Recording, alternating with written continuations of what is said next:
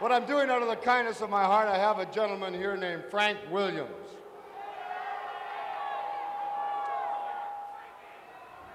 Frank Williams, first of all, I don't know where you come from. I'm from Columbus, Ohio. From Columbus, Ohio. I've wrestled in Columbus, Ohio. I've never lost a match in Columbus, Ohio. Have you ever lost a match? Yeah. You have. See, it seems odd to me when you're talking about fighting careers and a career like myself. I went on the premise of never having to lose a match. I've never lost a match in my whole career. I've had different things happen to me, but I have never actually lost a match because I figured once you were defeated one time, that it would take that oomph away from you that you needed. Yourself, you're just the opposite. I have never seen you win a match in my whole career of watching you, and I've seen you've been around. You've fought some tremendous fighters. I've seen what you've done, but you lack the guts. You lack the authority to go in there. You lack the guts, and when you're against the ropes, what you do is instead of going after a man, you just back off from him, maybe a little cowardism, maybe what you do, maybe you should be making pizzas. I'm not a coward of nobody. I'm not afraid of nobody, otherwise I won't Wait a second. Just relax. This is verbal. This is not physical. Pizzas or something like that, maybe.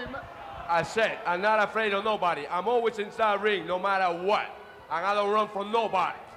You got no room for nobody. That's a wonderful thing. You got no room for nobody, but you're a lousy wrestler. It's as simple as that. I might be a lousy wrestler, but I'm still in there. And I'm not afraid of nobody.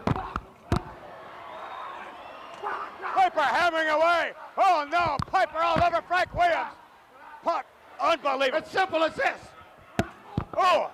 Oh, no. Oh. That's incredible.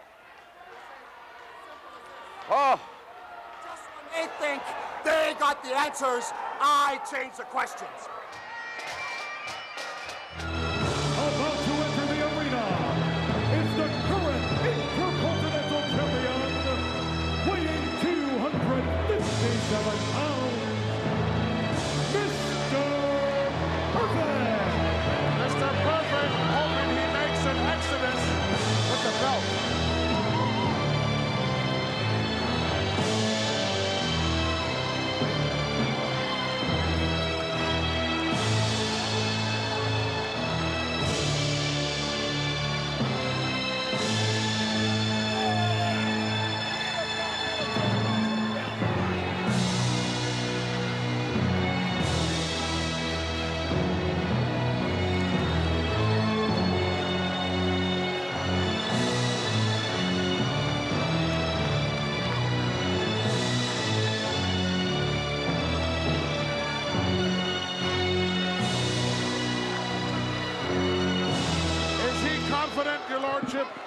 Or what? Yes, he oozes confidence.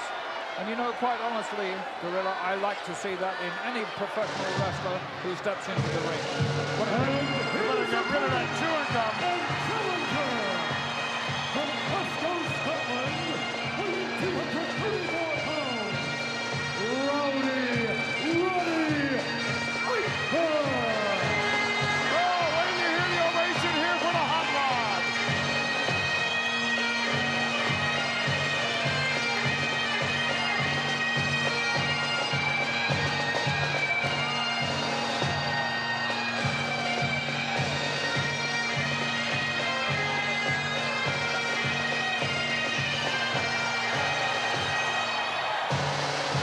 Well, there's no advantage yet. They both came out chewing gum.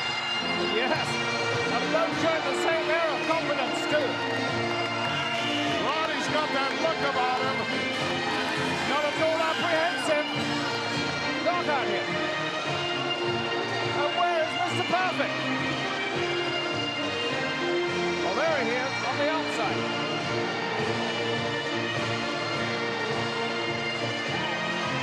Roddy taunting him here.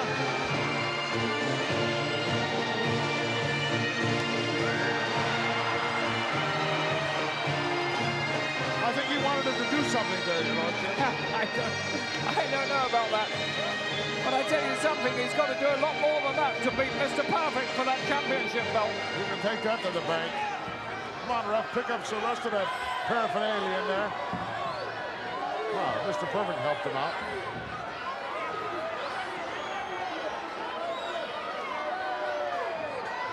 Intercontinental belt up for grabs. That's what it's all about, the gold. And the Weasel, the Brain, choosing not to be in attendance. Nowhere to be seen. How remarkable. I would have That thought he'd have doesn't been mean somewhere. that he's not in the building. Definitely not. However, let us concentrate on these two athletes in the ring. Both very evenly matched. Eye to eye. Yes, size and weight. Literally. A lot of power in both men. Tremendous physical conditioning, which is the key to victory. Hot Rod spat his gum right into the kisser of Mr. Perfect. I don't think he wants to match fisticuffs with Hot Rod. Well, actually, Hot Rod, he got my admiration there because he paintbrushed him. He could have shot some fists at him, but he didn't. He paintbrushed him and humiliated him.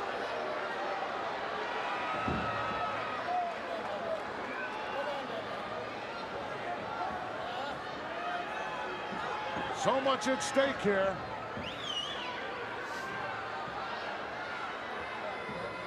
And Hot Rod, I know, would just love to walk out of here the new Intercontinental Champion. That is why he's here. He's expressed that confidence that he can do it. But many people have said that against Mr. Perfect and come unstuck. But look at Robbie. Unloading with some heavy artillery. Mr. Perfect right out here on top of our table. And Hot Rod's gonna help him back in. Look at this. Pulling him around by the hair. The referee unable to stop that. Hot Rod literally manhandling Mr. Perfect. Well, that is a flagrant violation of the rule, and the referee should stop that immediately. If that's what Piper's going to do, surely I would have thought he'd have tried to stick to some wrestling moves. Well, I think if that's going to be the situation, Your Lordship, then Mr. Perfect has to fight fire with fire. Then he's got to. So far, he hasn't broken the rules at all, Mr. Perfect. He tried there. He certainly tried there. Whoa! Did he go sailing out of there? And Hot Rod right after him. And it looks as if Piper's going to use every means possible to win this belt. He's really wrecking Mr. Perfect. Look at this. The referee still hasn't said anything. And Perfect going back to the dressing room. I can't blame him. Mr. Perfect trying to find the road out. Hot Rod saying, oh, Hot Rod just tore his jersey in half. Ripped it right off him, practically. Hot Rod really on fire. And that's where he wants him, inside the ring to pin him. Both men were almost counted out there. And Perfect looks really the worse for wear. He hasn't had one shot yet at Piper, nothing at all. And his defense hasn't been too good, has it, Gorilla? No, he's taking an awful lot of punishment already. Look at this. Hot Rod trying to tie him up there unsuccessfully. But Mr. Perfect in trouble. Well, I've never seen Mr. Perfect treated so offhandedly before. Piper's taken the match right to him, taunting him now, mocking him. Oh, there's another blatant disregard of all the rules there, Gorilla. That is not wrestling. But it's effective. Very effective, highly effective. Wild swing by Mr. Perfect. Didn't find anything. Hot Rod having a good time right now. Very heavy roundhouse right shots from Piper. Hooks the leg. Could be all over now. Close, very close, but it shows one thing to me, that Mr. Perfect has something in reserve. He kicked out there at the last moment. There is something there. Duck underneath, look out. Oh, double clothesline. Both men got rocked and rocked good. And I think Piper got the worst end of that. Mr. Perfect was just a fraction of a second earlier with his clothesline, but neither of them moving. Referee laying on a double count here.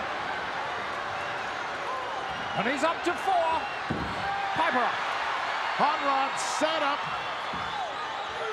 but he by no way, shape, or form has it together. Neither one does. Look at this. Perfect tearing off that top turnbuckle, exposing that steel post, that steel rod in there. Oh, and put it to his advantage. Well, you said he would fight fire with fire, and that's exactly what he did. And Piper writhing all over the mat from that tremendous blow in an unpadded turnbuckle. Hot Rod reeling in pain here, almost in a spastic condition. And of course, Mr. Perfect, a little respite for him, a little refuge from that blistering attack by Piper. So he's got a chance now to get it back together. And the referee hasn't even noticed yet, your lordship, that that turnbuckle is missing. No, it happened behind him. It's awfully difficult to spot things like that. Taking his time. No! He didn't bother to trap a leg or anything. Whoa! Whoa! Really flirting with danger there, Mr. Perfect. That's a disqualification in my book, your lordship. It nearly was. It was almost there. The referee being a bit tolerant. This is a championship. It is a title belt, so they give them just a little more leeway. Mr. Perfect just made about a 53-yard field goal. Yes, he did. He did indeed. He's about to make another one. Oh, I heard that one from here. Oh. Now, why is the referee objecting to that? It was perfectly legal with the inside of the foot. I don't know. You could almost hear that intercostal cartilage tearing. Standing drop kick and a beauty. It really was. What a superb piece of work that was by Mr. Perfect. Boy, how the pendulum has swung in this one. Early on, it was all Hot Rod, and now it's all the champ. And this shows you what the champion is made of.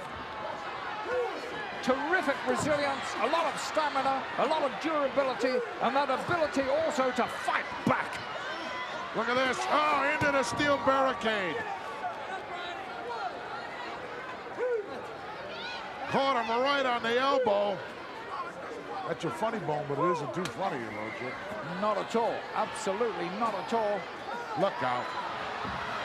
Ram job right in the kisser. Well, that is eye for eye, tooth for tooth, because that's exactly what happened to Perfect at the beginning of this match, and the referee has obviously taken that into account. You let one get away with it, you've got to let the other, but mind you, you could lose control so easily.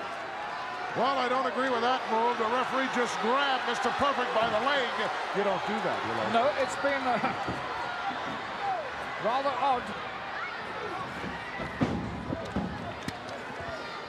But right now, this match has swung completely in the favor of the champion, and he really is taking control of this, establishing his own authority on this match, putting the stamp of that authority on. Oh, sleeper! Slapped it right on and caught Hot Rod coming in. And Piper was doing so well just a few moments ago. Now he's in a lot of trouble. Hot Rod with that right hand up in the air, now the left one as well. Uh-oh. The challenger losing control of this match, having it taken away from him by Mr. Perfect, the champion. When it's slapped on and slapped on properly, it doesn't take long for the lights to go out. And he's down. All the leverage correctly applied by Mr. Perfect. He is absolutely a mat maven. He knows precisely what he's doing. His timing is absolutely spot on. He's got Piper down. Now all he needs are both shoulders down. Referee right there in the face of Hot Rod, asking him and watching his reaction to see if he wants to quit or if the referee wants to call it. But so far, Hot Rod is still flailing around. Whoa! Wow! You know, there's a possibility sometimes you cannot hear that count, so the referee is really pounding on that canvas so that Piper can feel the vibration. And also screaming it out as well. Listen to this chant building here in the garden for Roddy. And they're coming to their feet here.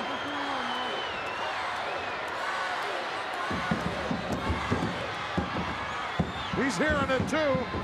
Another resurgence of energy and vitality there by the Scot, Roddy Piper. Starts that old adrenaline flowing. Oh, look at that leverage move. But that took a lot out of Hot Rod as well. It certainly did, but look what it's achieved. Right at the moment, Mr. Perfect was feeling so good, he's feeling so bad. Both men are right for the pickings here. One mistake and it's over on either one's part. Flexi couldn't hold him. 1, 2, So close. Just a 2 count, but so awfully, awfully close. Small package. No. Tremendous courage being shown by both men here. Piper's knees were buckling a little while ago, but he's managed to muster some energy from somewhere. Both men exchanging knee lifts. I thought a moment ago that Mr. Perfect was going for the perfect plex. He chose not to. Now look at Piper, he's on top of him. Wow. Almost history made here in the Garden. I don't think Perfect can believe what is happening to him now. From having so much control, he's lost it. Nice extended clothesline by the champ. So now we're going to see a perfect plex. This is no time for hot dogging. He's got to think about his championship. He's got to take care of that business. And Piper is not one to hot dog with. You can feel the tension in the air. He's got it. If he's going to break it, now's the time to break it. He's got it. He got the fingers locked. Forget it. Oh, he got out. I don't believe it. Oh, how did he do that? And just look at Perfect's face. No one more stunned than Look out. Perfect. An offensive go behind and almost got him. Nearly took him by complete surprise. Perfect's got to be bewildered. Oh, look at this. Nice leverage move. Good move, but he should stay in the ring. That is not the place to go. Clothesline him on a steel barricade. Oh, he wants to finish him off inside. I see the point now. Perfect going up to the top. High risk maneuver here. Oh, look at Hot Rod shaking the ropes. Oh, It paid off. What a match. There's a disqualification. I'm not sure what that is. Maybe we should get the official verdict. Ladies and gentlemen, the referee has awarded the decision as a result of a countdout to Roddy Piper. A count out. Well, it could have gone any way there, one way or the other. But I don't think Piper is going to be awfully pleased with the count-out. He would They're rather fighting pin him. over the gold right now. Well, it doesn't belong to Hot Rod, your lordship. That's for sure, but he doesn't care. He's got Title his piece cannot of Mr. change Perfect. hands. Only on a pinfall or submission. Anything else, you lose the match, but you still walk out the champion. And that's exactly what Mr. Perfect is. And Piper's gone back for the gold again. Oh, my word, took his head off. I think the referee should reverse the decision here. I think the referee should definitely take that verdict away from Piper. Because with that victory, Piper automatically earns another shot at the title. You got that right, and Hot Rod knows that he didn't win the gold, and he threw it right down onto the carcass of Mr. Perfect. Oh, what a matchup! What an incredible match.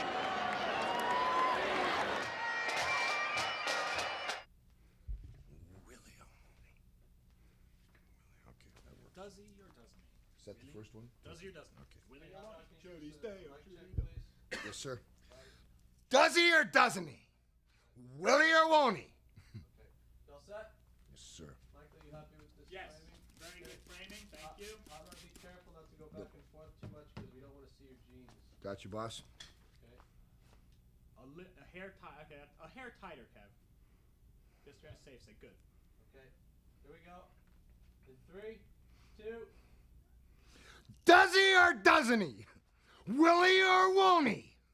Should he stay or should he go? 317 pounds, 6'9", Sig Justice can do anything he wants to.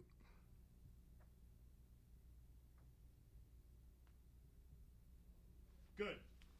Save that one. That works and that's fine.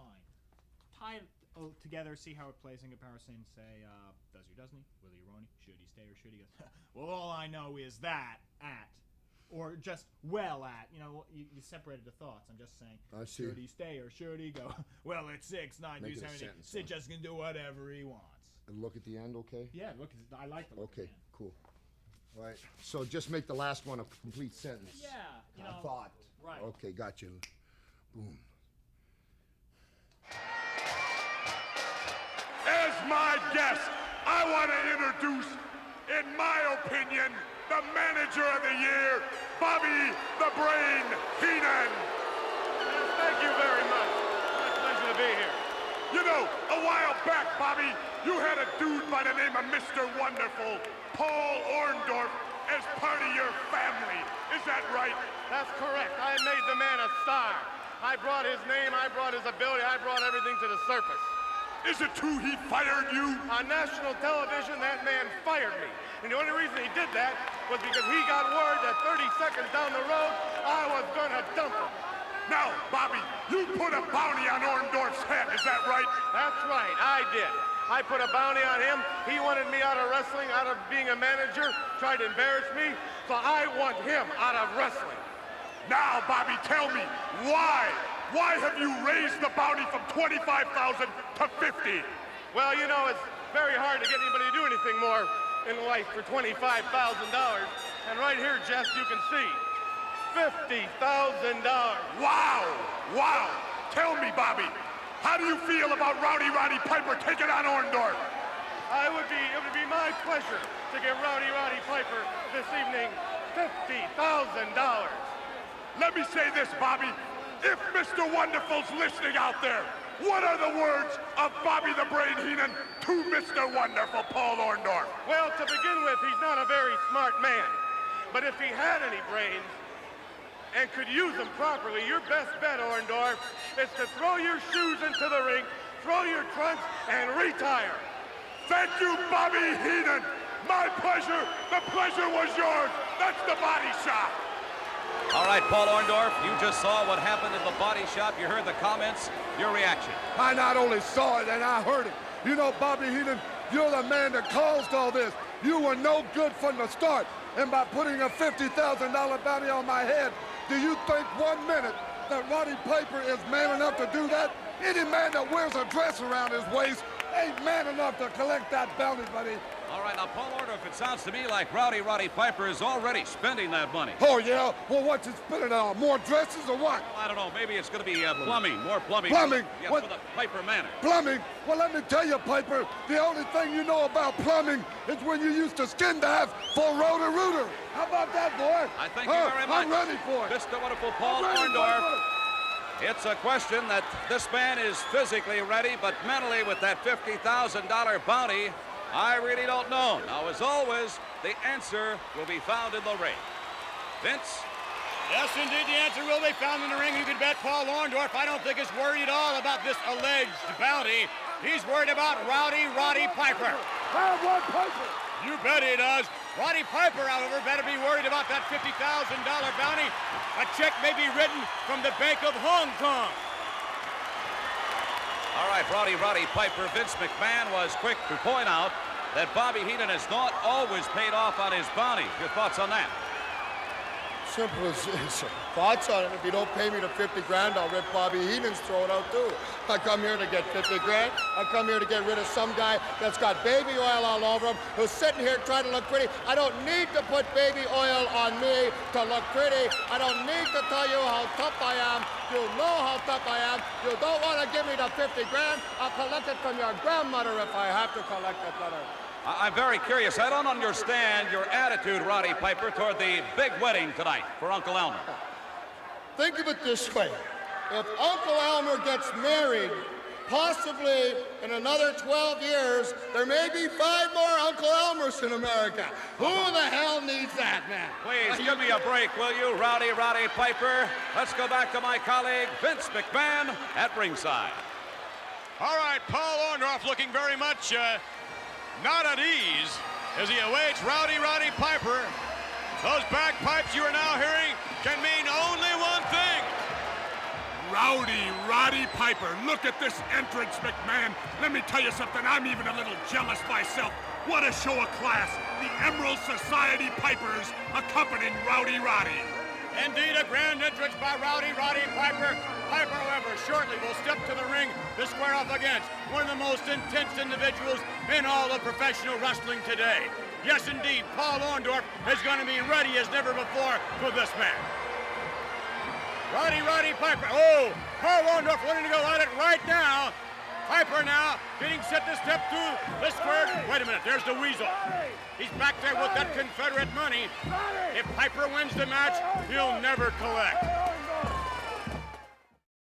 away, we're back in the Meadowlands for the most bitter personal dispute in professional wrestling. Rowdy Roddy Piper and Paul Orndorff going at it already. Oh my goodness! Tooth and nail, they're going at it left and right. Let me just say this, Vince. Keep your eye out for Bobby the Brain Heenan also. Piper and Orndorff colliding. Ooh, and a boot by Piper. Orndorff head down in the canvas. Rowdy Roddy Piper. Look what he's doing to Paul Orndorff. Well, wouldn't you be doing it? $50,000 bounty riding on the head of that man right there, Mr. Wonderful Paul Orndorff. And Piper ain't... Oh, look at that! A block and another right hand by Orndorff. Piper taken down by Orndorff. Look at this. Paul Orndorff taking over on Piper. At one time, former tag team partners. This, McMahon, is a street fight. There's no wrestling holds going on in there. Orndorff, Piper, ripping, tearing anything they can do at each other. As you said before, Jesse, this looks like a street fight. This is a street fight with ropes around it. That's all, Vince McMahon. 50,000, that's what I'd be doing too. I wouldn't want to be waiting for that check.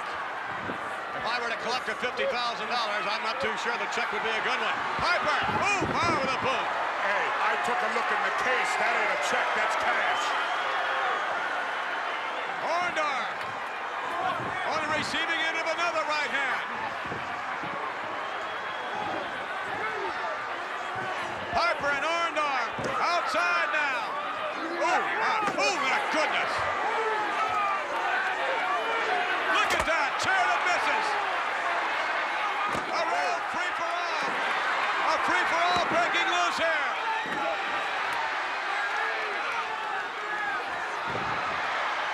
Orndorff coming in by way of the top rope. Whoa.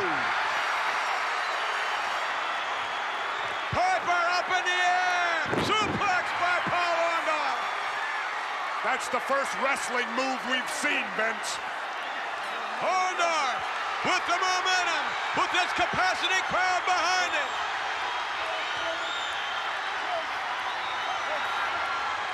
Another right. Orndorff hammering away. Oh, look at that. Piper almost out on his feet.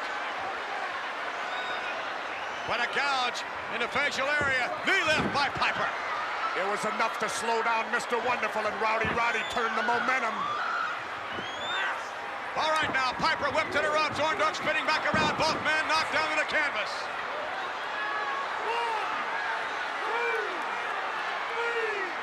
Count of 4. Piper, I think, recovering a bit faster. Yes, now over on Orndorff. Neither man has made any attempt for a pinfall. That just seems out of the question. Ooh, wow, the knees of Orndorff into the abdominal area of Rowdy Roddy Piper.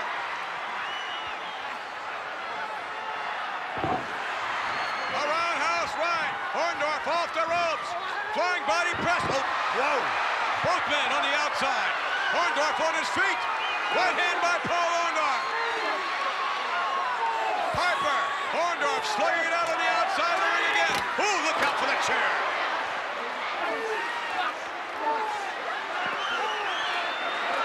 Into the ropes, into the ring barrier. Look at this, slinging it all the way through. They're coming right at us. Right underneath us. Oh, my goodness. Piper. They're underneath us on the floor. Piper and Orndorff going at it all over the place.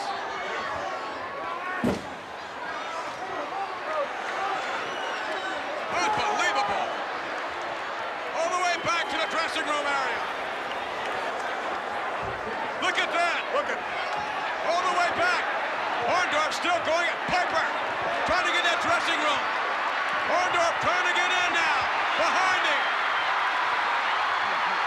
Piper got the door shut. Paul Orndorff hammering away.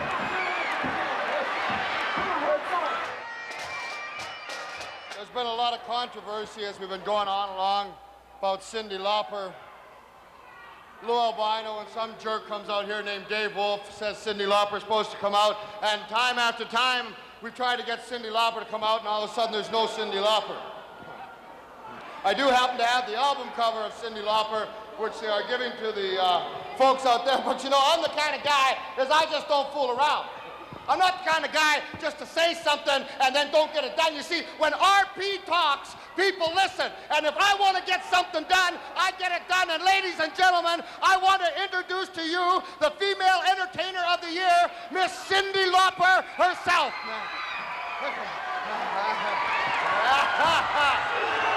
Sit down. It's a pleasure. It's a pleasure. Please have a seat.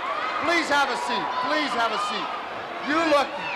First of all, I would like to say to you, you look wonderful, Cyndi. It's been a long time coming for us to try to get you here. Cyndi has flown 7,000 miles to come here and see us. And one thing that I admire about you is we both have something in common. We are both #1 at what we do, and you, time after time, and the records that you have out, the girls just want to have fun with all your... They do. They do. They just, girls just want to have fun. Where have you been? What have you been doing? Oh, well, I'm glad to come back. I've been in Europe. It's nice to see all the wrestling fans and the WW2. And you, Roddy, how are you? It's great. I've been in Europe. I've been in London. You've been in London, England. Where? London, England, same thing. London, England, same thing. Tell me, who does your hair? Oh, me and Patrick, we do it. Who's Patrick? Oh, he's in the back somewhere. He helps me out. Pat. You look terrific. You look terrific. You know, as we were saying, we're both #1 in what we do. And I'm a self-made man, and I realize that through the time you've had a lot of friends help you out, and especially one, Captain Lou Albino, your manager, the man who has taken care of you and actually brought you from nothing and taken you up. Roddy, wait. Yes, darling. No, I love Lou, but he's not my manager. A lot of people think that. Oh, wait a second. You're not calling, wait, no, I know you don't mean that. You're not calling Lou Albino a liar. I know that. He's your manager. Lou would never say that. Lou, hey, how are you? Cyndi, sweetheart, how you been, baby? How you doing? Cyndi, tell all these people out here how I took you, Cyndi, and found you in New York City and Queens, and how I made you a superstar. Tell them what I did for you, Cyndi. Lou, come on. Only kidding. No. No, wait. No, wait a minute, Cyndi. Tell them how I wrote the words for time after time, Cyndi. And girl... Lou, he's kidding. He's only kidding. No, wait a second. Now, you told me that you've taken 75%. You told me that you brought her from nothing. Took her from telling how women, Cyndi, belong in the kitchen and pregnant, Cyndi, that no woman's ever accomplished anything without a man behind her. Cyndi, tell them that. Wait, Lou, you know, I don't like that. You're only fooling around, right? Because I don't like that stuff. No, wait a second. This is not fooling around. You're not kidding? Cyndi, just shut up for a minute, Cyndi. Tell them what I did for you, Cyndi. Tell them how you... Hold that up. Tell them how you came off my reputation, Cyndi. Captain Lou Albino, how all women are nothing, Cyndi. They're slime. How it takes a man to make a woman... 1 second now, just calm down. I saw the video myself, and I know what he's done. Yeah, about 1 second in the video. What are you, crazy? No, it was a big segment, Cyndi. You wrote off for me, Cyndi. Wait a second. I saw the video myself. You can't come out here and tell me that this man is a liar. I'm not calling him a liar. I don't want to get mad. Now, don't get me mad. Wait a second. We don't care who gets mad. I'll tell you something. Just wait a second, young lady. I don't care what you think. Just a minute, Cindy. I want you to be honest. Tell them how I took you abroad hanging around New York. What? Abroad? Go ahead, tell them a barroom broad major, Cindy. Go ahead, Cindy. Tell them the truth, Cindy.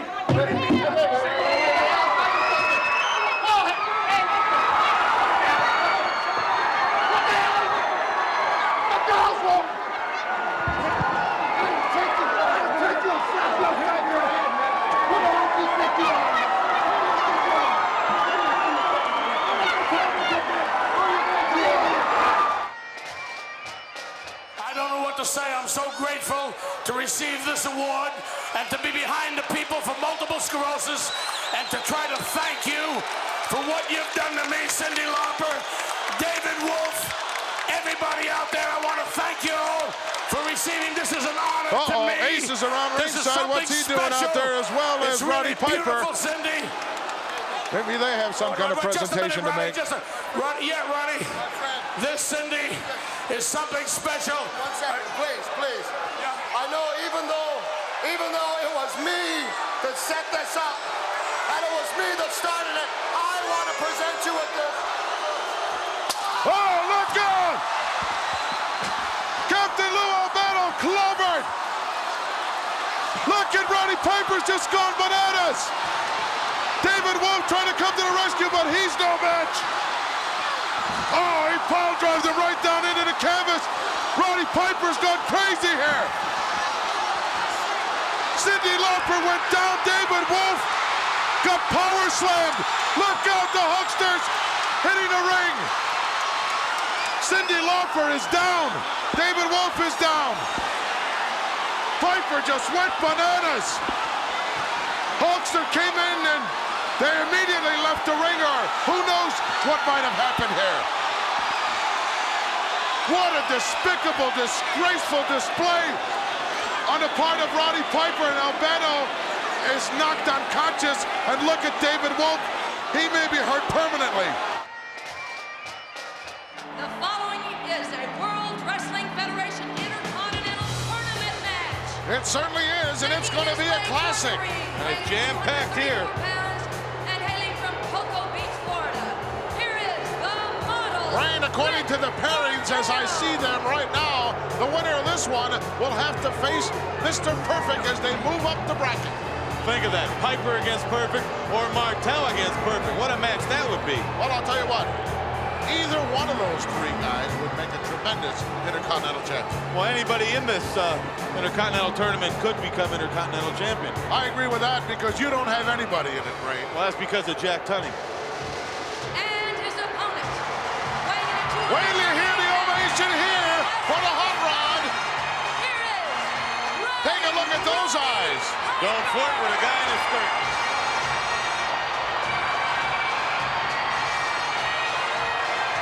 He's ready. Of course, he's always like that. He didn't lose his car in the parking lot. He was just keeping an eye on the model.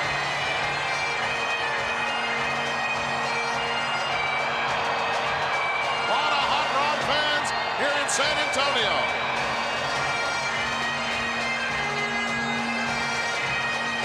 Was he jealous of the model? Why is he jealous of the model? He's trying to intimidate him with his skirt.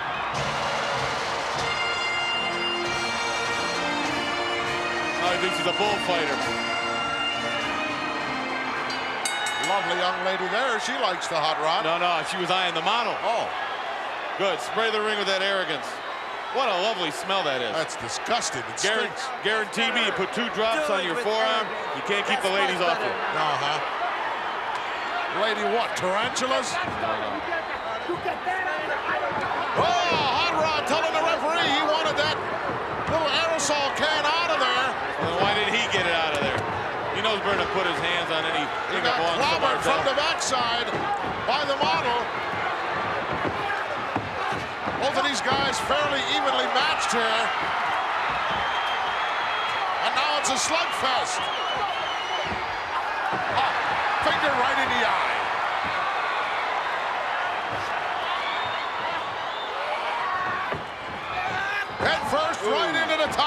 turnbuckle.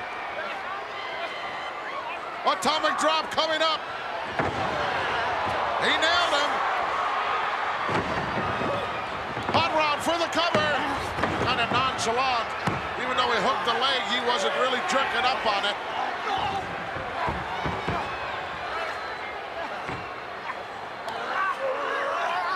Oh, nice slam. Now, I think Martel's going to prevail here, and I'll tell you why. Piper's going to lose his cool. That's the kind of a guy he is. He doesn't have his head on straight to be a professional wrestler. But Martel knows wrestling, he knows that ring, and he knows just how far to push a man. You're just jealous, Brain. You're jealous because the Hot Rod moved you out of a lot of important spots here. Never moved me. Just intimidated you and made you turn and run like a weasel with your tail between your legs. Oh, Hot Rod's right out of there. Tony's going to lose it. He's going to lose his cool here when you wrestle a guy like Martel. You got to constantly think ahead and keep yourself in the position where you know you are all the way. Ooh. Model was wasting a lot of time up there, and now he's paying for it.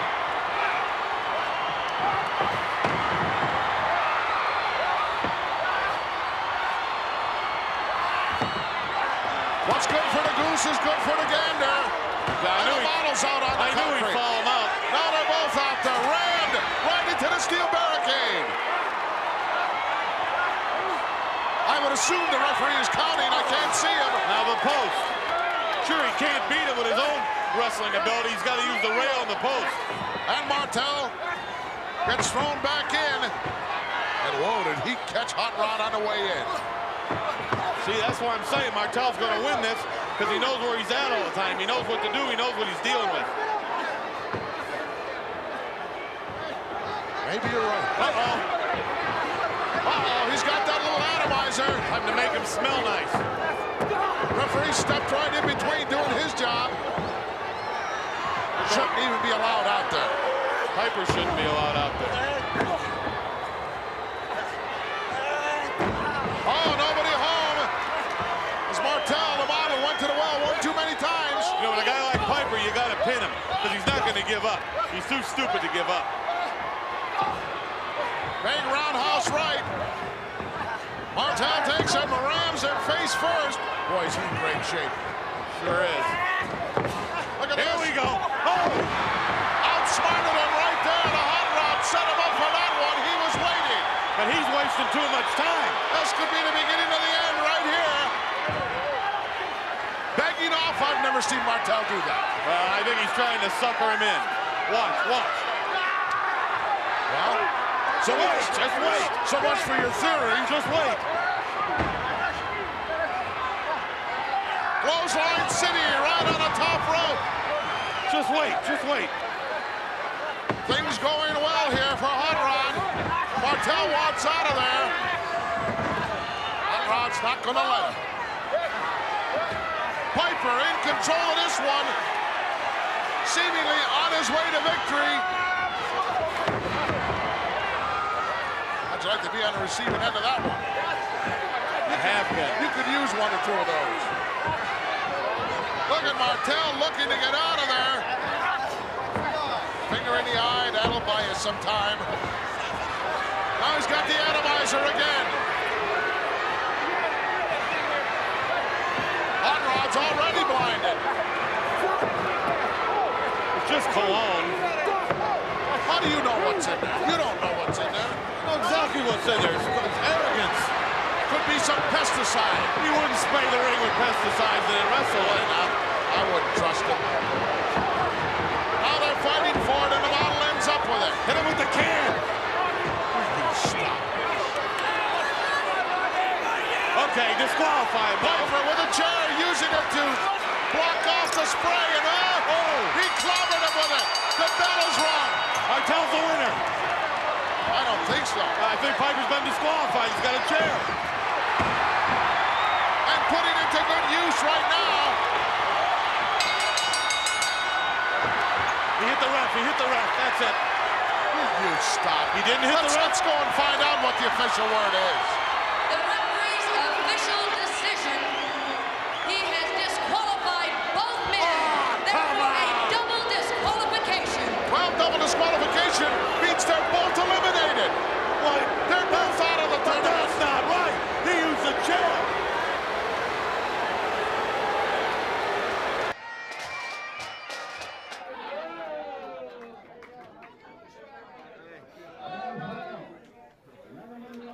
wore these glasses to look cool, but I can't see a doggone thing.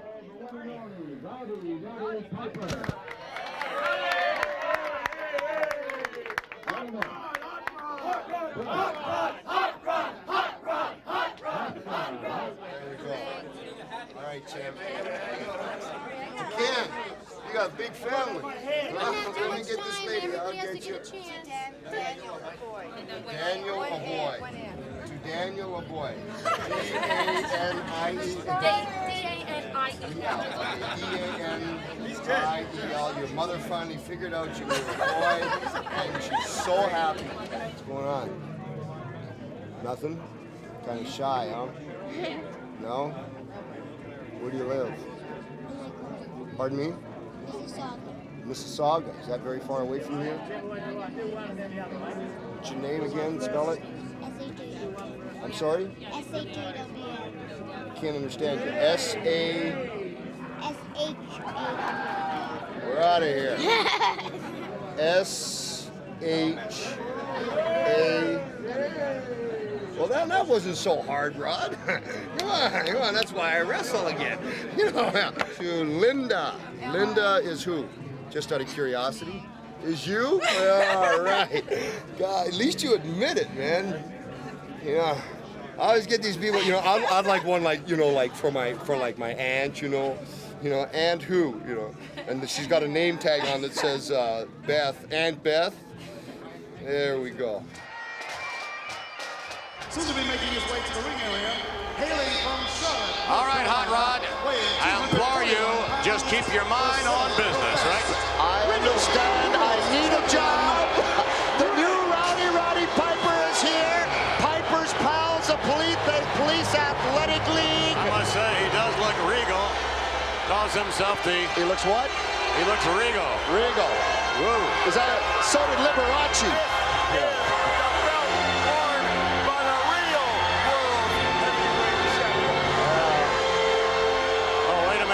Wait a minute, Ric Flair looking over this way, Hot Rod. Yeah, I know. Hey, Roddy, be cool, bro. Hey, listen, if he's a real, I don't want no trouble. I need a job, and I've got a job. Besides, if he's a real world champion, Roddy, be cool. No, wait a minute. We don't want any trouble, please. No, come on. We don't want any trouble. I'm not looking. Oh no. Oh no. Come on now, Roddy.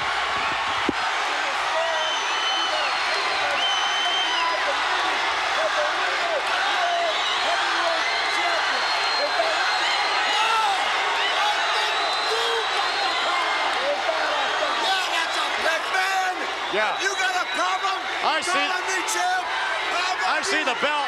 There's nothing wrong with it. Oh no! No! Flair now. Flair throwing the chair now. Piper's chair trying to throw it on top of Ric Flair on the chair in his head. Flair now kicking away. Ric Flair, who calls himself the real world champion. Macho Man Randy Savage better stay out of this. He's on probation. Flair now with a chair. He's gonna nail him. He's gonna. They're trying to get the chair away from him.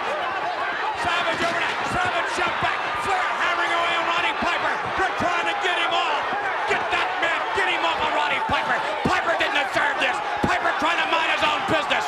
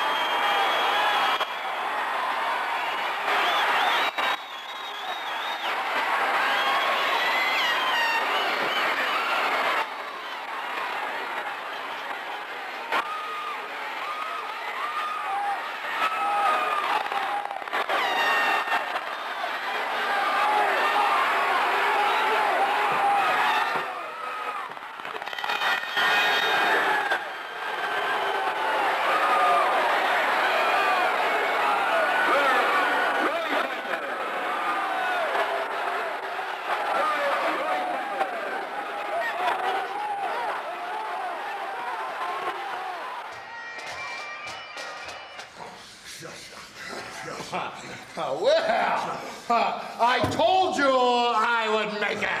Oh, man. You know, I knew you were here, man. I knew you were here a couple hours ago because I knew you would cover all the exits, all the doors, all the hatches in the Philadelphia Spectrum, brother. I got dogs. I got Doberman pictures at each door. Here you've been having a problem here in Philadelphia, so I come down early myself just to see if we couldn't cure some of the problems. You know, but the thing with Philadelphia, why is everybody so upset, man? We've always been fighting. We've always been fighting. But now we're fighting for the same reason.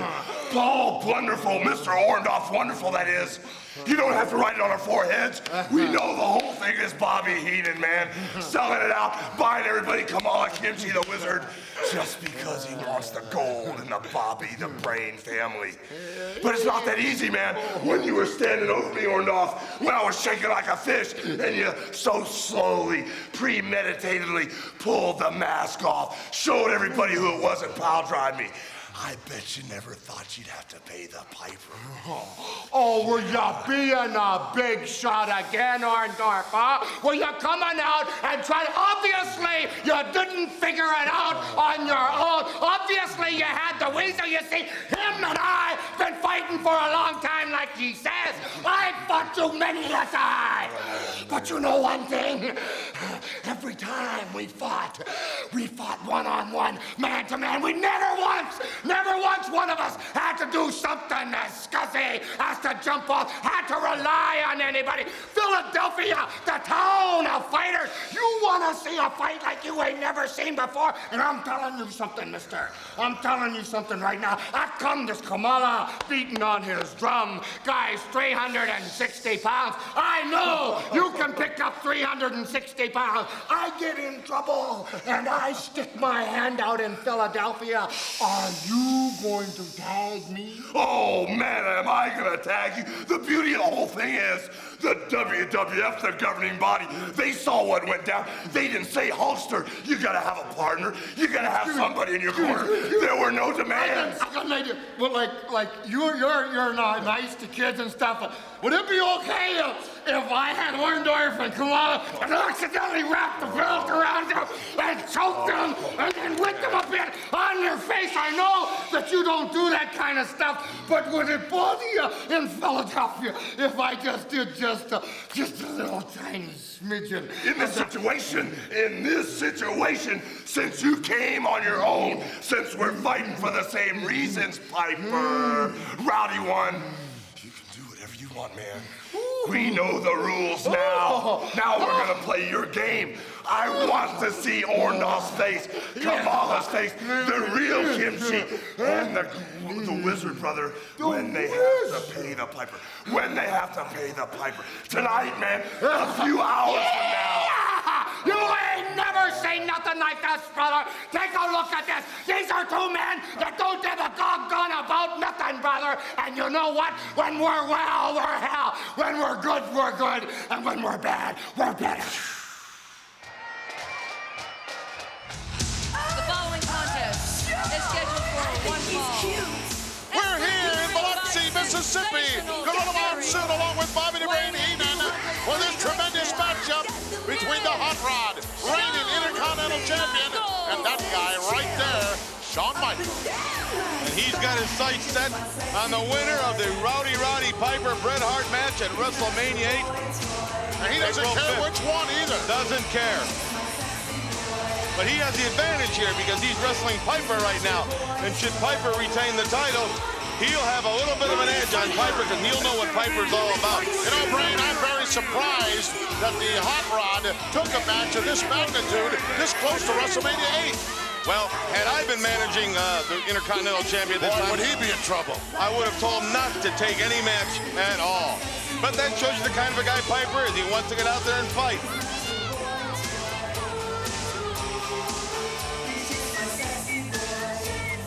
Oh, look at that shot. All in white. He's something, Monsoon. He's got some tremendous wrestling skills and abilities, no denying that. Of course, that leech, that hang-on that's out there with him could be a detriment sooner or later. Who are you referring to? Sensational Jerry. Oh, listen to the ovation here for the Hot Rod, reigning Intercontinental Champion. I wonder if he'll be smiling after his match with Bret Hart at WrestleMania. What a matchup that's going to be. Hot Rod bowing determinedly to hold on to that gold. Boy, that's the only belt he's ever held, Brain. He should have two belts. That one and one across his mouth. Will you stop? Gotta keep an eye on the... Hey, what a classy move, huh? What was that? I missed that. Would you care to expound on that? No. Supposed to be a journalist, you know. I only report on things that are positive, not negative. There's something positive.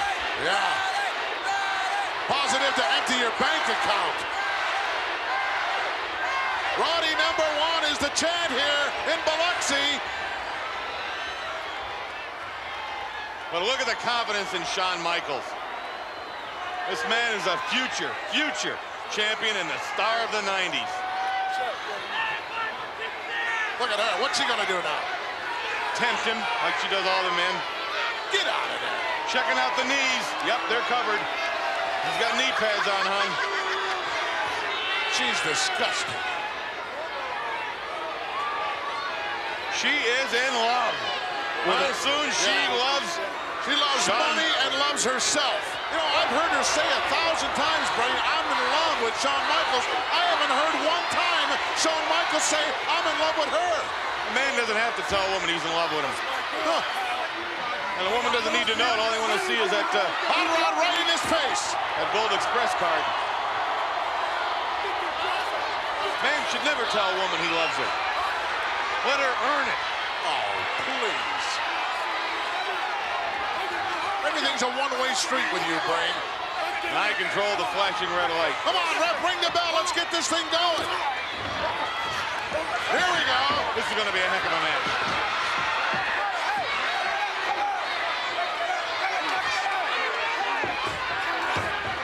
You want to bet she'll stick her nose in sooner or later? Whoa! That's a class move, Piper, spitting in a man's face.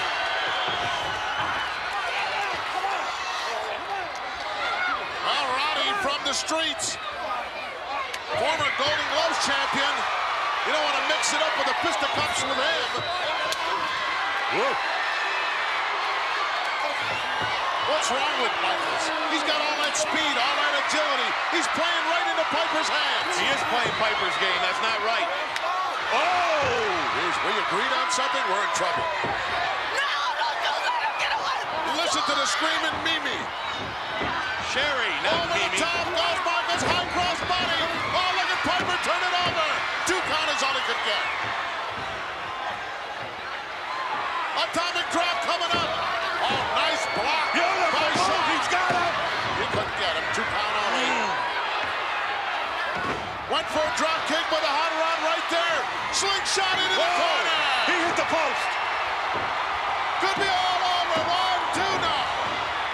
That shows you how tough and gutsy this Michaels is. I'm not sure he knows where he's at right now. He don't have a clue. Oh, look at this. I told you she'd get involved, Brain. She's up there. What's Rod gonna do? Oh, my God. Call Beck Marion. You'll need a open mouth shot. I'll tell you, before I kiss Piper, I'd rather kiss a hospital mop.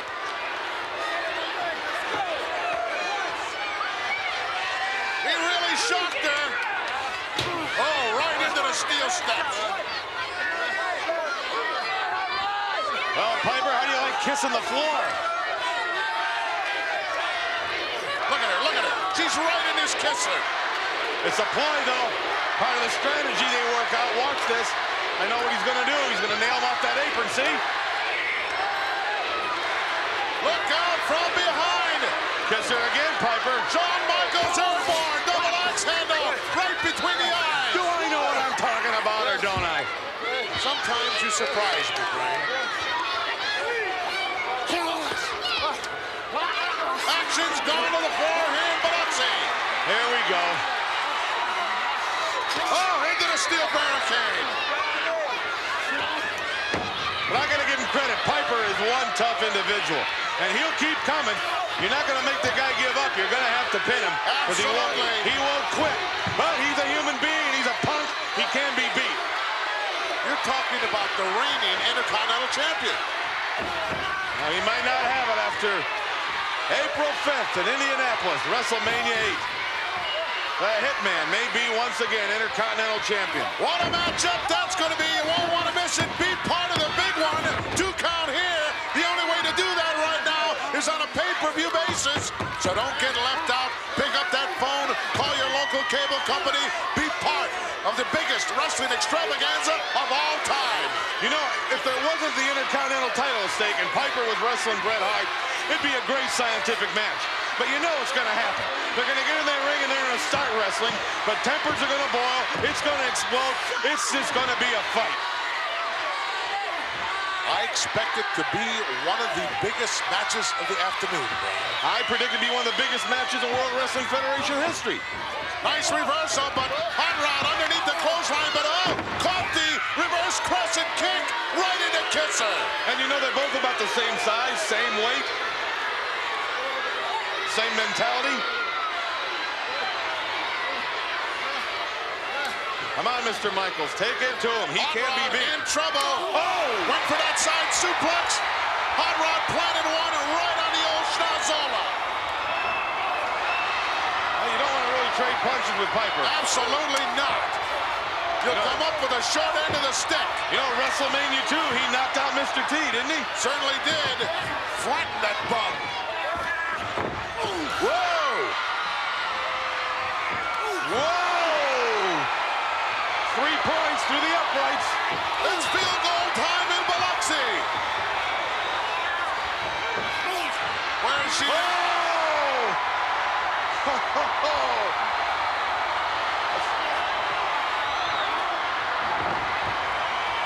Jerry obviously concerned about her man now. I would say. They could do a soprano and alto duet. What a match this is, huh? Oh! Hot Rod went for a bulldog. Shawn Michaels threw him off, and Piper wiped out the referee. Now, is the title at stake here? No, this is a non-title matchup. Oh, darn it. Look at, what is this? Took off her boot. You've heard about lending somebody a hand? Lending him a foot. Same thing. Look out, Hot Rod. Oh, just leveled him. I believe he knocked him out. He's out. I'll count. 1. Nobody there to count. Referee still semi-conscious. I don't think it matters. Uh-oh. Hitman on his way down.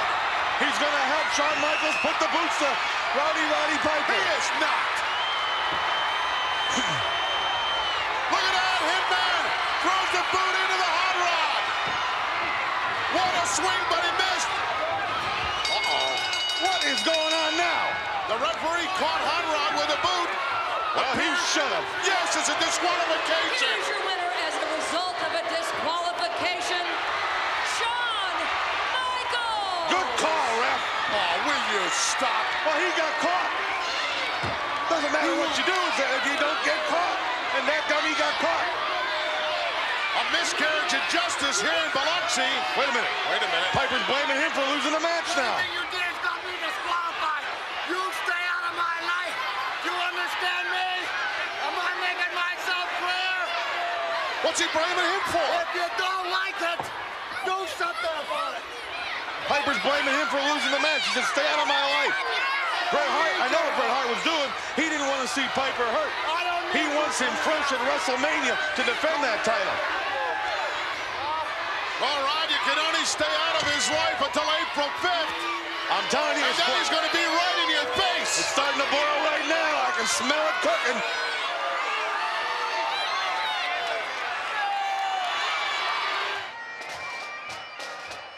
Let me see if I can give you a laundry list of injuries. My right hip is a total replacement. My left wrist has been broke for about 17 years now. The only way to fix it is to fuse it. Every vertebrae in my neck's been broke 3 times. My spine going down, there's not one vertebrae that doesn't have some kind of a chip.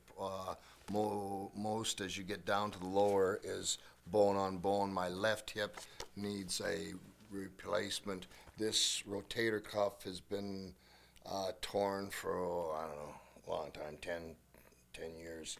I was January 31st, 2002, I almost died in a car accident that broke my right ankle, 4 ribs. 1 rib went into my liver, 4 inches, my spleen, and my back in 2 places. And I also went down in an airplane. My head went through the roof and broke my neck there. I've been stabbed 3 times, the last one 1 inch from the heart.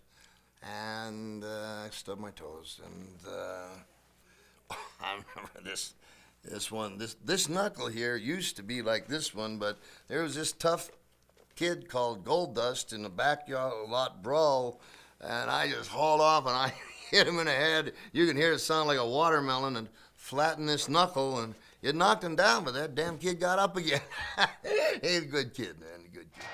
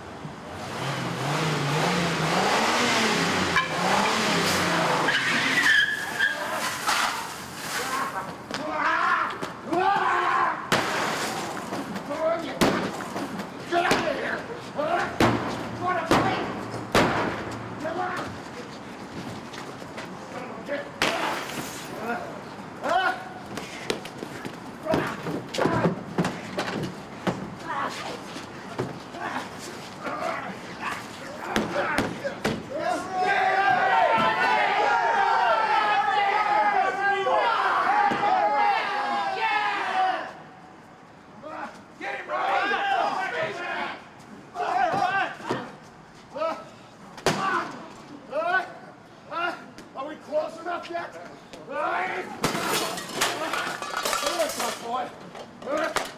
Close to left hip. Yeah. There we go. That's good fun, huh?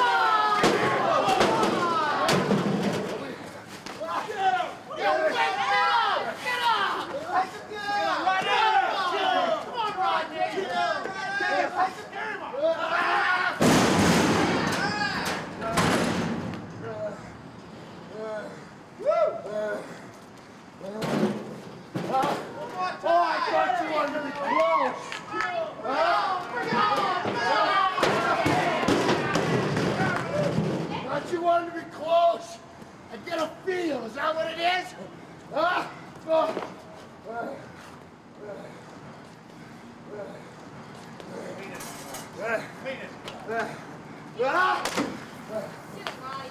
Come on, get it. Take him to squat. Huh? There, puppy.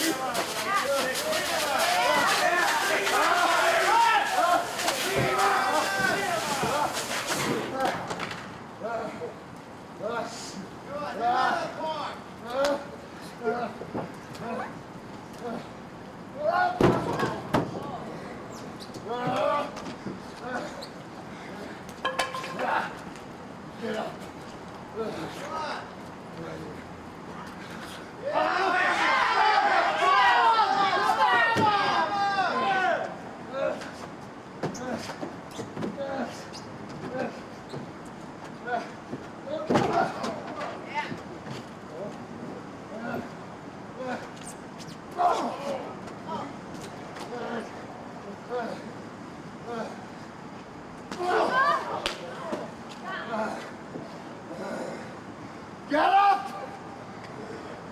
Get up!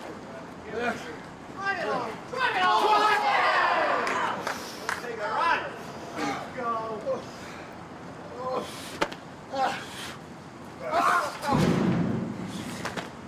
Get up!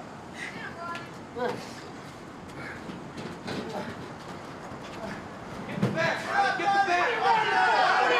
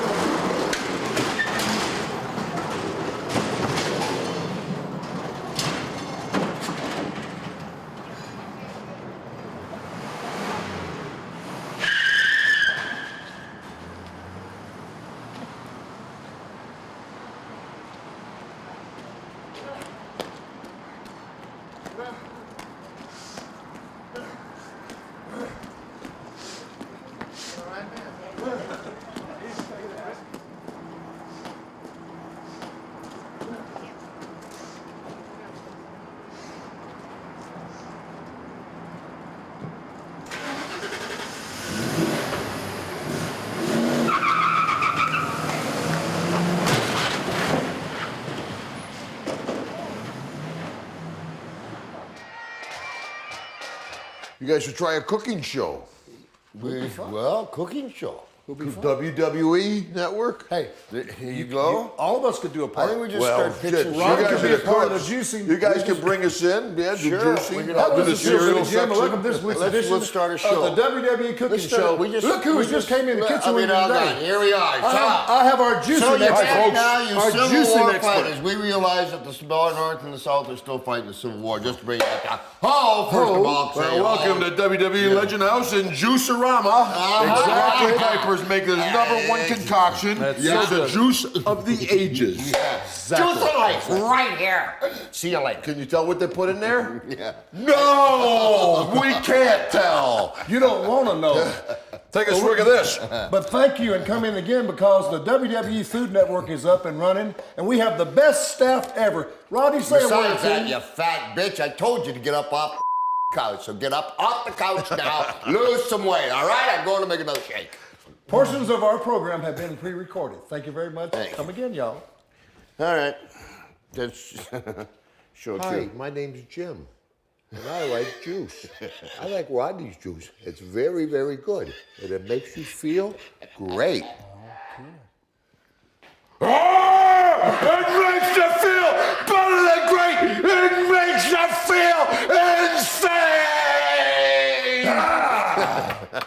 That's what I'm talking about. That's where we're going with it. That's exactly right. Holy cow. Oh, baby Jesus. Tell me, that would make a great food channel. Yeah, holy cow. Ladies and gentlemen, this is a six-man elimination tag team matchup. Let me explain the rules. All 6 individuals will be in the ring 1 against 1. When a man loses by any means, a fall, be it pin, count out, disqualification, whatever, he is eliminated from further competition. This process continues until we have 1 against 2, 2 against 3, until we can come up with a winner. Here are the participants. Introducing team number 1, the first man on the team, from New York City, weighing 288 pounds, the adorable Adrian Adonis, led towards the ring by manager Jimmy Hart. Take a peek. Look at the adorable one. He's the biggest I've ever seen him. Well, I've got to go along with you on that as much as I hate to. The adorable one has a horrible physique. Wow. The next man on the team will be led towards the ring by Bobby the Brain Heenan. Ladies and gentlemen, here is the king, Harley Race. I think you should stand up, Manson. Well, I don't see you standing up, Slick. Showing the proper respect due the king. Look at this.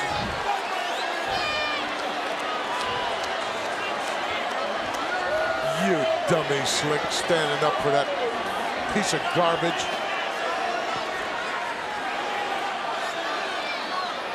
Manson, I can't help it if your mama didn't teach you how to show respect for I show respect. royalty when you see it. Respect royalty.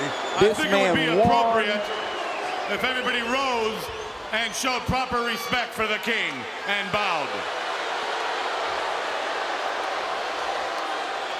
The third man of this team will be led towards the ring by Elizabeth from Sarasota, Florida, weighing 239 pounds, the Intercontinental Heavyweight Champion, Randy Macho Man Savage. Intercontinental Heavyweight Champion, the Macho Man Randy Savage. The belt are definitely not on the line here.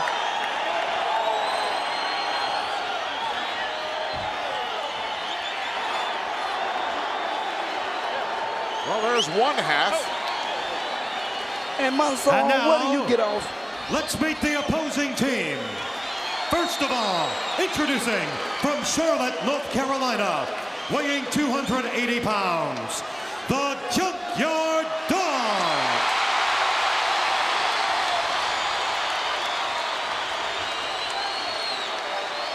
Concern on the face of Elizabeth, and rightly so. There's a dog. Friend of yours, like I understand. Now that greasy dog, he ain't no friend of mine. Look at him. That 15-foot chain wrapped around the neck of the dog. Why don't you go home, Greasy? Why don't you go home, Greasy? You know you're afraid.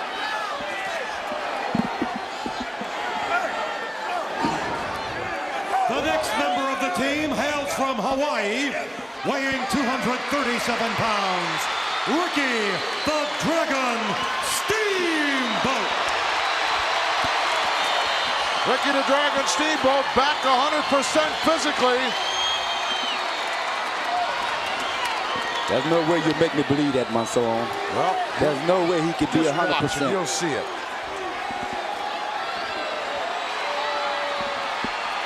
And their partner, who, ladies and gentlemen, I must add, is making his final wrestling appearance in Madison Square Garden from Glasgow, Scotland, weighing 233 pounds, Rowdy Roddy here in the Garden for Roddy Piper on his final appearance here in Madison Square Garden as he is retiring after WrestleMania 3. I see he's still wearing that dress. That's a kilt. Call it what you want. It looks like a skirt to me. Boy, mayhem will happen indeed once his bell rings and this six-man. Look at the ovation here for Piper. Just unreal. I think the people are laughing at him for wearing that skirt. Six-man elimination tag team matchup. Referee will have his hands full. Anything goes when the whistle blows. And now, Monsoon, where do you get off calling me a dummy? I bet if you open up your head and examine it, you wouldn't find nothing but a pile of sawdust. Obviously, you resemble that remark, Slicker. You wouldn't be so bent out of shape about it. I noticed you almost bailed out of here when the Junkyard Dog laid his chain on you.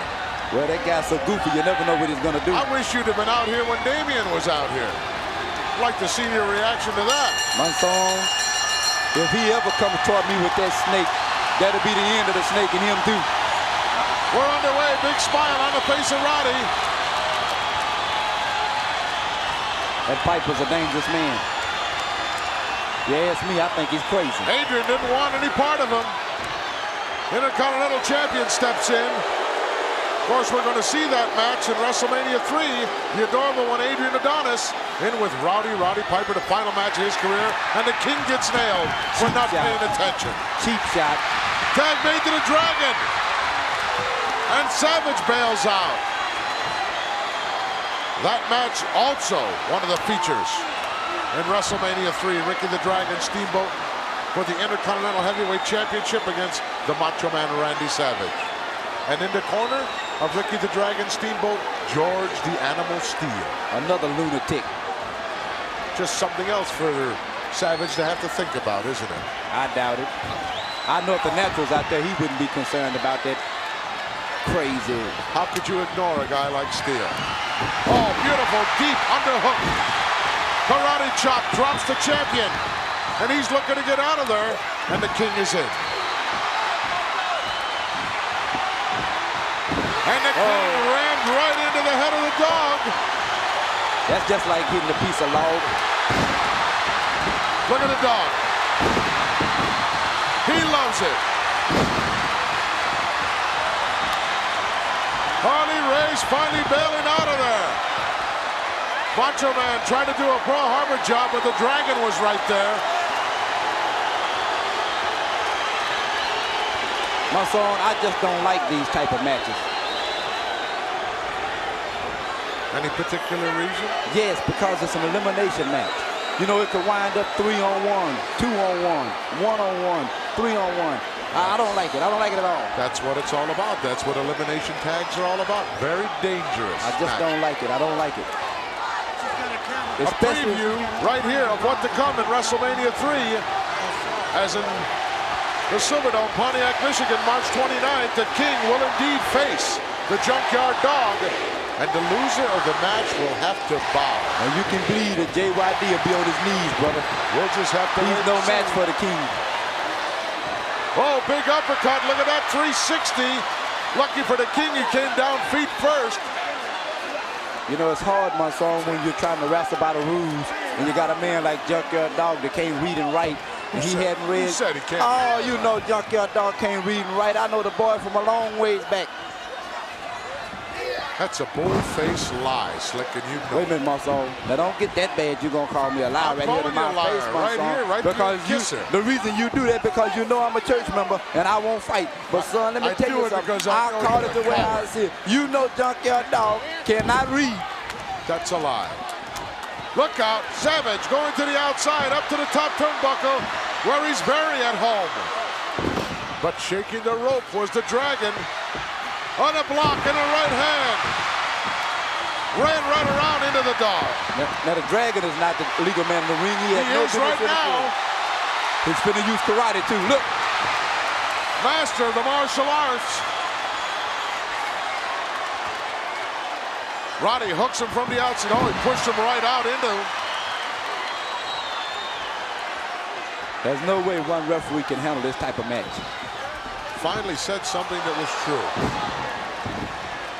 Ricky put his head down. I've been saying things that true all night, son. Adrian well over that 320-pound mark. Oh, beautiful. Suplex. Well executed. That's right, brother. Beautifully executed. If Piper had the guts, he'd run in now. Here comes the Dragon over to make the tag to Roddy, and he does. Adrian is bailing out once again. He didn't make it, though, all the way. Piper's got him. Watch out for the King. Look at that. Junkyard Dog has no business in the ring. The Dragon had no business. They have a tag. 5 guys inside there right now. There'll be 6 in a moment as Savage steps in. As we stated earlier on, referee would have a tough time controlling this one. Somebody's liable to get hurt here tonight. Someone will undoubtedly get hurt. Referee trying to get somebody out. Look at this. Double suplex on Roddy by Adrian and the King. What do you mean double suplex? I don't see anybody but Adrian in the ring. Obviously. What do you think about what Ricky the Dragon did? Dragon in there to make the save. Nice block by Ricky. Look out, Adrian hard into the corner. There's good night, Irene. It's He all slapped over. it on. Right in the center of the ring. And Roddy rams him backwards into the turnbuckle. And it's Piper with a sleeper. Here comes the King. That's the kind of partner I'd like to have in my corner, Why brother. didn't they just make this match everybody in there and do whatever you want to do? Take the referee out of there. Let these guys go at it and be done with it. They might as well, because Junkyard Dog can't read the rules enough to understand what's going on. Ricky the Dragon Steamboat has no class. I'm going to tell the dog. You going to do what? In the locker room, what you've been saying. I'm going to tell him what you've been saying. He's going to clean your clock for you. You going to do what now? I'm going to tell the dog what you've been saying out here about him. What did I say?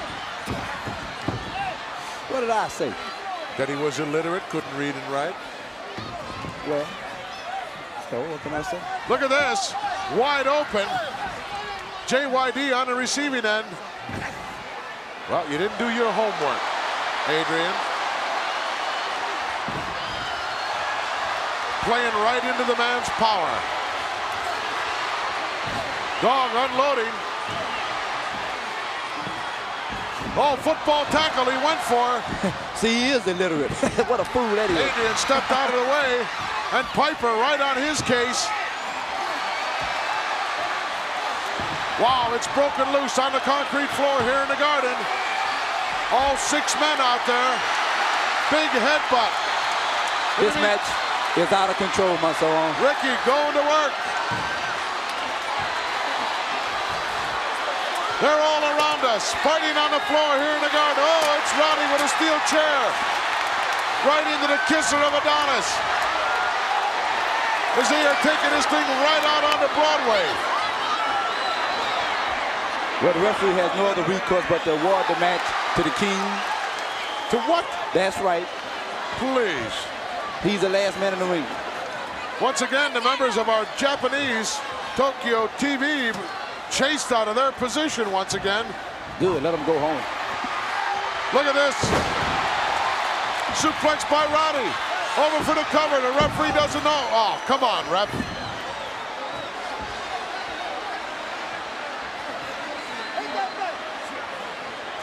Why isn't Adrian back out here? The bell is ringing here. Obviously, somebody's been eliminated. We're going to get an official word from our ring announcer here. Somebody is out of this. Ladies and gentlemen, I've been informed by the referee that Adrian Adonis and the Junkyard Dog, the legal men in the ring at the time of the battle, were counted out of the ring. Therefore, Adonis and the Junkyard Dog have been eliminated from further competition. See, that guy's so stupid he don't even know he should leave. Look at that look on his face. He's lost. Look at him. Counted out. How did the referee know who were the legal men inside the ring? Well, we've got very competent officials around here, you know. Needless to say, the dog is gone, and Adrian is gone. That leaves 2 apiece now on each team. I think Roddy Piper should have been disqualified. I'm sure you do. He used a chair. You saw him. I told you, this is a 6-man elimination tag. But it's not an anything goes match, to my knowledge. No, it's not an anything Okay, goes then match. therefore the referee has an But all obligation. 6 men were outside the ring. But the referee has an obligation to the fans. He has an obligation to the combatants to enforce the rules and regulations. Right or wrong, Monson? Don't you be talking to me about obligations after some of the things that I've seen you do. And I'd like to know what. Piper over there, wow, stuck a finger right into the eye of the king. He's a lunatic. The guy's crazy. Looking to make a tag to the Dragon. And the Intercontinental Champion stopped him. Oh, wow. What an elbow drop by the king. Right into the kidney area, Piper. Well, brother, sometimes you got to fight fire with fire. Roddy Piper's final appearance here at Madison Square Garden in his career. It may be his final appearance, period, if it keeps going like it's going tonight, brother. It's very possible as well. If, in fact, it's not. His final appearance will be. Look out. Oh, Savage misses. Nobody home. He makes the tag to the king. Suplex coming up. Nobody blocked by Piper. And Piper with a suplex of his own. I don't think Piper have enough to get over and tag. Oh, yes, he does. He made it to the Dragon. Ricky off the ropes. Big karate shot to the forehead. Wow. Told me the Dragon's not 100% now, Slick. Yeah, but he's using karate, man. That's what I'm trying to get you to see. That's illegal. It's not illegal. Monson, you going stone crazy. The martial arts are perfectly legal in the realm of professional wrestling. You can't use karate in professional wrestling. Look out. Reversal. Right through the legs. Just a glancey blow caught him.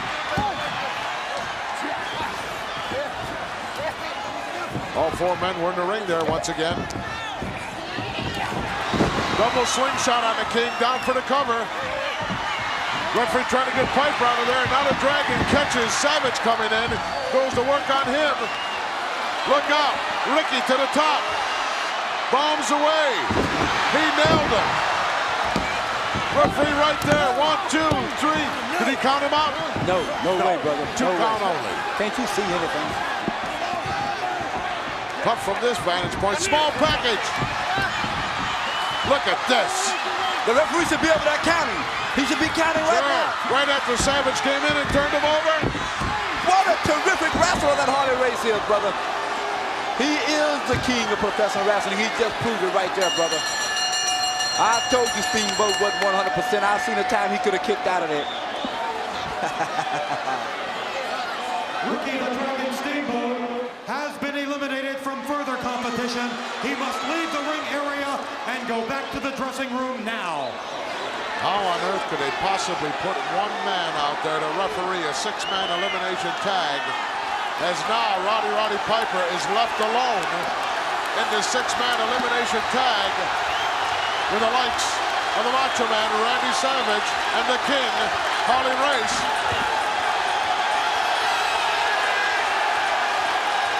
Don't sell Roddy short. Brother, with the odds against him like this, there's no way.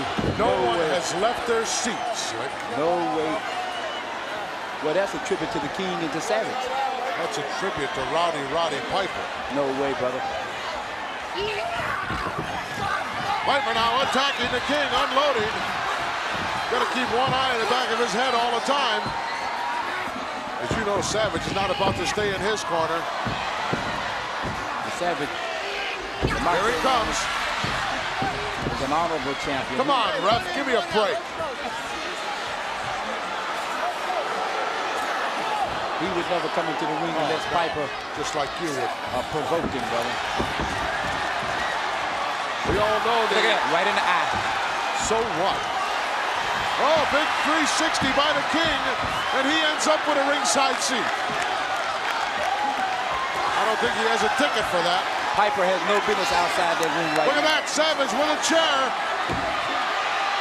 He got caught with it. Piper saw him coming with a peripheral vision, but Piper's in deep trouble. It's 2 against 1 out here. Piper was in deep trouble when he came out of the dressing room. That's what makes these six-man tag team elimination matches so brutal. Blatant chokehold now as he's using the top rope. Chokehold? Yeah, chokehold.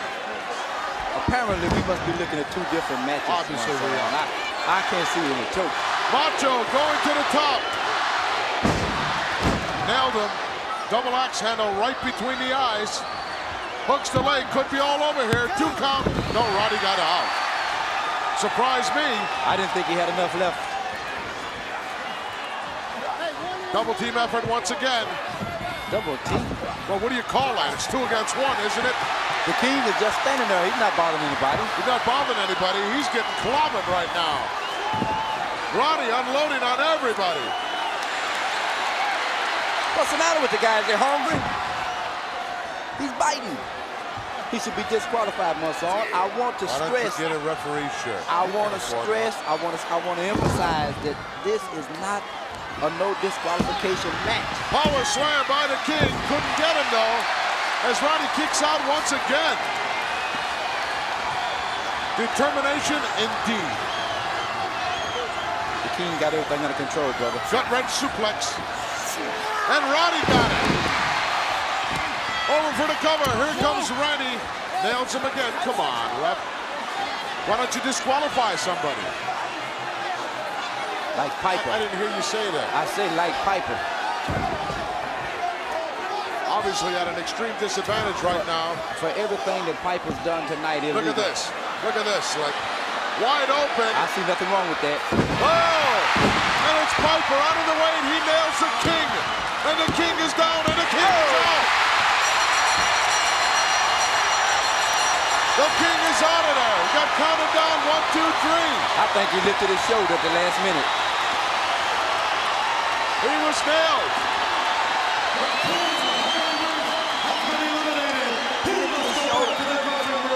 Which now leaves one-on-one Macho Man against Roddy Piper. Now it's down to one-on-one. I've said it once, I'll say it again. This is the worst officiating I've ever witnessed in the World Wrestling Federation. The King lifted his shoulder at the last second, and you saw that, Monson. You're a liar, Slick. Intercontinental Heavyweight Champion Macho Man Randy Savage left alone on his team, as is Roddy Piper. What a confrontation this is going to be. One-on-one, look out. Still out there. Referee's got to make him go back to the locker room. The King has no business out there. He's already been eliminated. Looking to get involved here. Oh, look at that shot right into the King. And Piper unloading now on the champion. Bulldog. He nailed him with it. He had a handful of hair too, I might add. Savage in trouble. Piper extending a hand of friendship. What's Piper up to? Look at that. Look at that, he's biting. Monson, can you condone that? After some of the things that Savage and the race had done to Roddy Piper, he could do anything he wants right now. What kind of man are you, Monson? A fair one. You call that fair when the man breaks the rules, biting, eye gouging? Payback is fair in my book, Slick. Name one thing Randy Savage has done wrong in this match. You can't do it.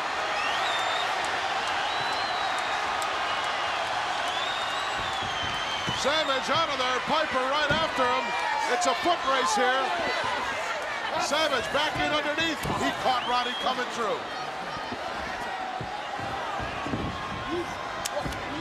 Sunset flip. Can he get him down? No. Beautiful, beautiful. A right hand to the face by the Macho Man. Macho Man shoots him in. Devastating clothesline. Over for the cover. Shoulders are down. 1, 2. Nope. Piper kicks out once again.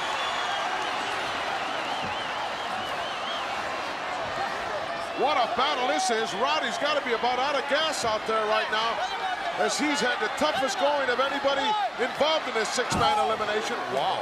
And the Macho right Man into the looks throat. as fresh as ever, brother. Hooks the leg. Could be all over right here. No. Piper out of there once again. Slow count, Monson. You think so? Scoop up, he couldn't hold him up there. And Roddy hooks the leg, but to no avail. Hey, break that! Break that! These two guys going. Okay, Piper is choking right there, Monson. Both men struggling to get up.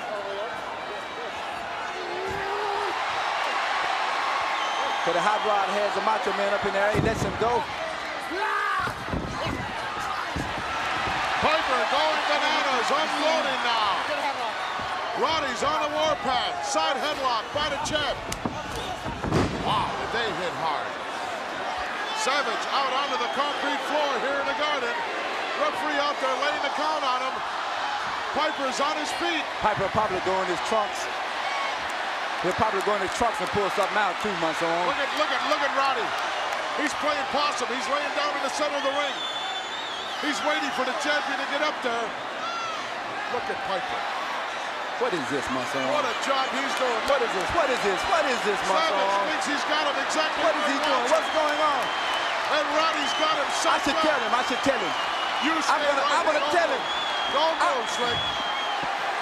Look at this. Savage thinks he's got him made. Piper out of the way. Get your hands off me, Monson. Roddy with a small package, right? Get your hands off me, Monson. It's all over.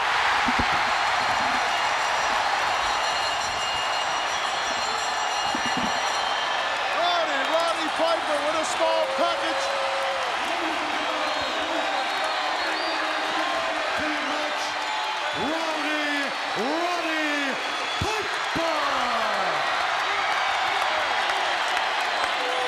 Roddy Piper. What a tremendous victory.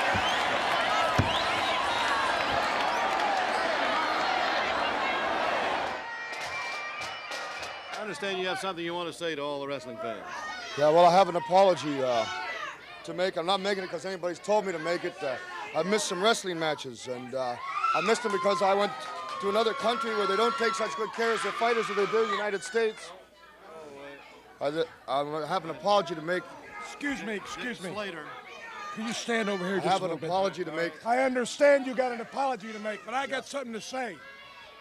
And being that you're a professional and being that I am a professional, and we're going to stand right here and don't talk too close because I know you get bad breath.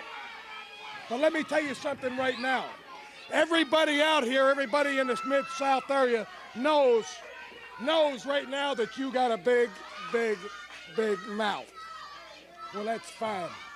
Because I don't like you any more than you like me. Oh, you're breaking my heart, man. You're breaking my heart. Keep your mouth shut 5 seconds, Piper. I'll get what I got to say over with, and that's all I need. Time's up. The time that you want to get in the ring, you ain't got one gut in your body, my friend, and I know it, and these people out here know it too. Don't have what? A gut. Don't have a gut. You ain't. Oh.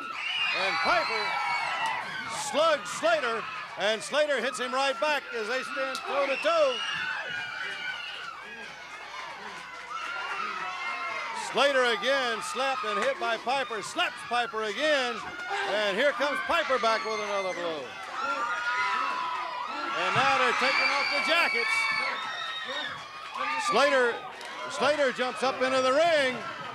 Piper now is ripping the buttons off his shirt. And here goes Piper into the ring. And Slater waiting on him as he gets through the ropes, and they go at it. As they slugging and mauling and stomping and kicking at each other. 2 wild men in the ring. Our tag team opponents, all 4 in the ring, just standing there watching them. Referee Tommy Young trying to break it up and get them apart as they continue to just rip and claw at each other. Tommy Young asked for the other 4 wrestlers to get in there and get them apart. Well, Johnny Weaver and Tommy Gilbert try. Here comes Mike Davis in. Sweet Brown Sugar. We got about 6 or 8 in there now trying to get these 2 wild men apart. Dick Slater and Roddy Piper.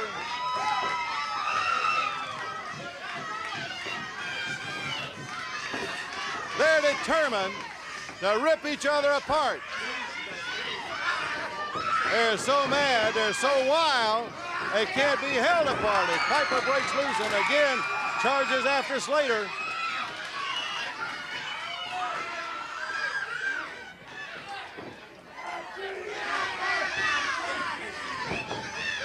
Now about 4 pulls Slater off of Piper as Piper was down in the corner. Now 3 or 4 have got Piper, and here comes Slater trying to get back at him. Well, what started out as an apology from Roddy Piper has turned into a wild one as Slater and Piper are trying to annihilate each other. They're so wild that they just can't be held apart.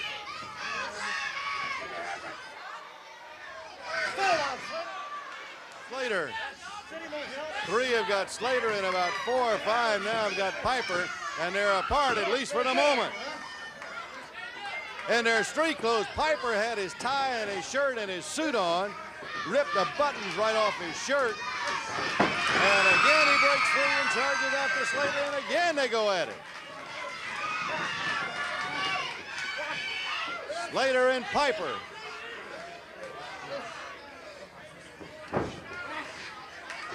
Determined now. Jim Nelson now just down on top of Slater. Got him in the ropes. They get Piper now across the ring in the other corner. Piper had on his suit, his street shoes. Slater had on his cowboy boots. Here comes Piper. I don't know how he got loose. They had him in it. I think they just relaxed for a moment, now being kicked. Slater kicking at him.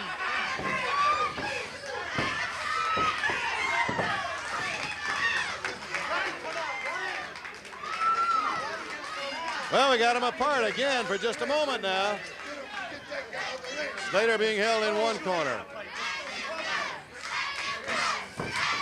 There's no way that you can tell who got the better of this. These 2 men are wild and wild at each other.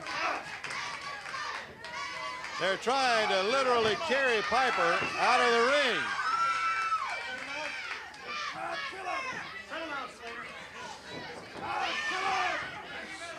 Roddy Piper still fighting now, trying to get free. He's going to be lifted through the ropes and taken out.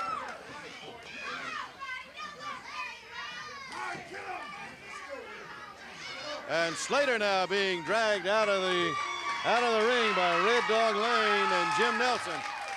Piper, you dog! You ain't never had your tail whipped, my boy. You ain't never been beat down like a dog. You don't know how to get down in the ground and get nasty, my friend. We're gonna get nasty, me and you, Piper, because I am tired. I am tired of you walking around here running your mouth about Dick Slater.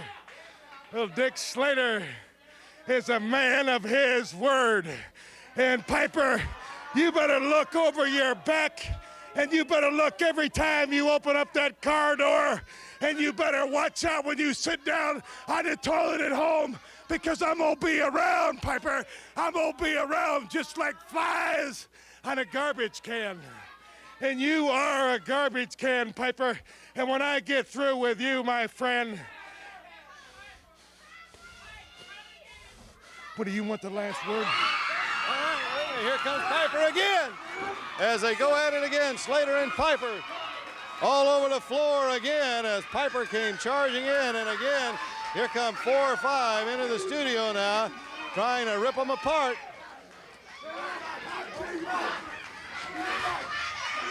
Piper and Slater kicking at each other, stomping. And again, here is Piper now being carried out. In the ring, from Jim Thorpe, Pennsylvania, weighing 257 pounds, A.J. Patrizzi. And his opponent, from Glasgow, Scotland, weighing 233 pounds, Roddy Piper. What an ovation! Roddy Piper, a standing ovation!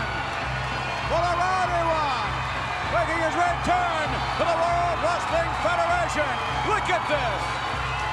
Children, adults, all standing. What an ovation. Roddy Piper.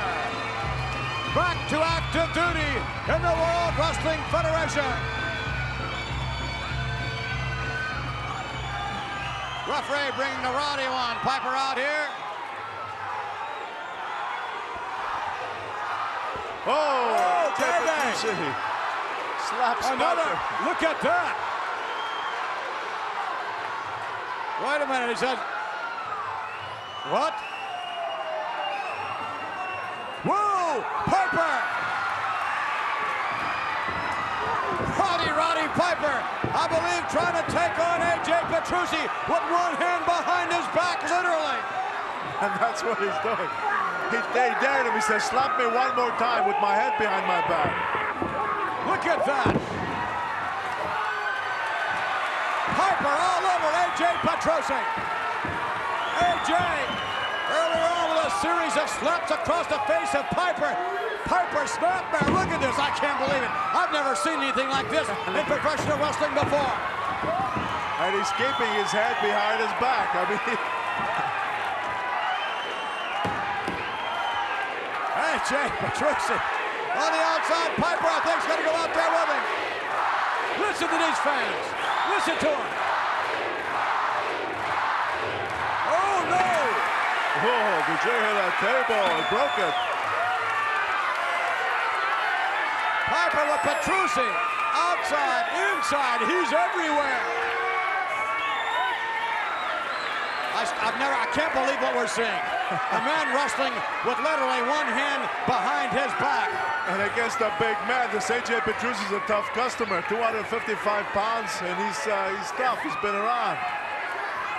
Piper, knee lift. Look at it. Oh, look at it, ramming the knee into the side of the head. Roddy Piper on A.J. Petrucci.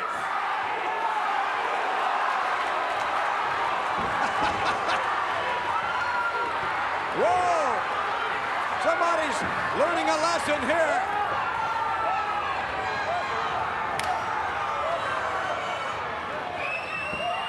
Ooh, what a chop by Piper.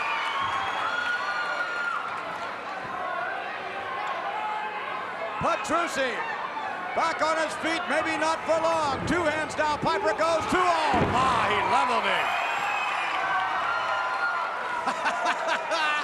Puts the hand, don't tell me this is it. That's it. Roddy Piper, victorious. What an ovation. Here is our winner, Roddy Piper.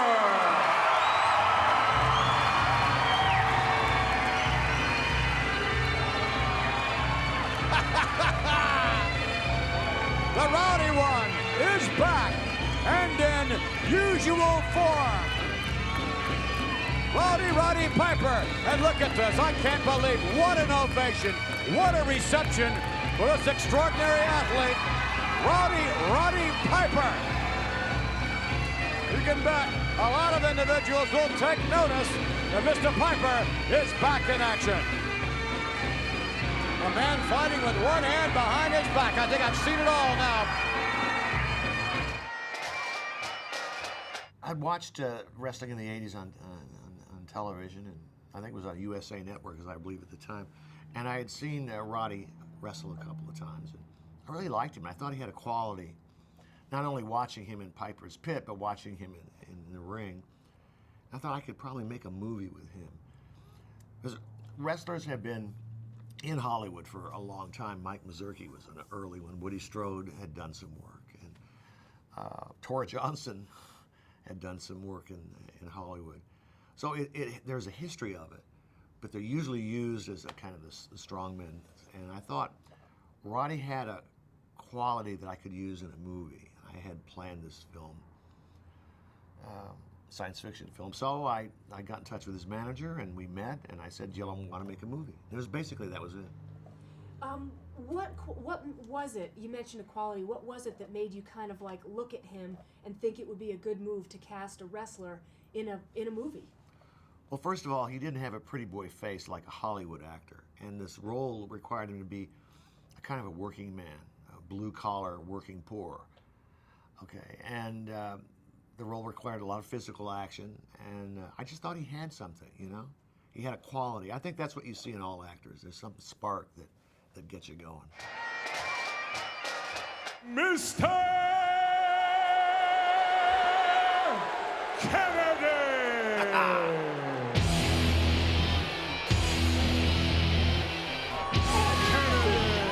He's in singles competition. He's undefeated tonight. Tag team action. Contest being scheduled for one fall. In the ring. Why does Kimmel bother? I don't know. Why? Come on, you know about the whole patented classic Ted Kennedy introduction of himself? Well, let's not get dim carried the lights, away. dim the lights, dim the lights. I wouldn't quite say classic. Dim the lights, drop the mic. What are you, his PR man? Now that I have your attention, I weigh in tonight at 245 pounds. I hail from Green Bay, Wisconsin.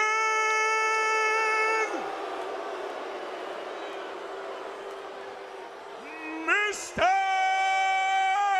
Kennedy. Watch, watch. Here's the best part. Watch, watch. Shh, shh. Listen. Kennedy! Ah, that's style, man. That's pizzazz. I think he's a loudmouth. Ah, come on.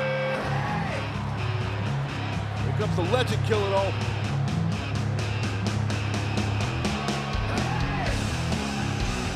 And making their way to the ring at a combined weight of 505 pounds.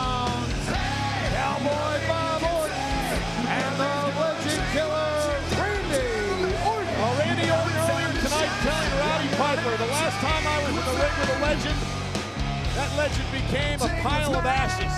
That's Referring, true. of course, to The Undertaker. That's definitely true, Cole.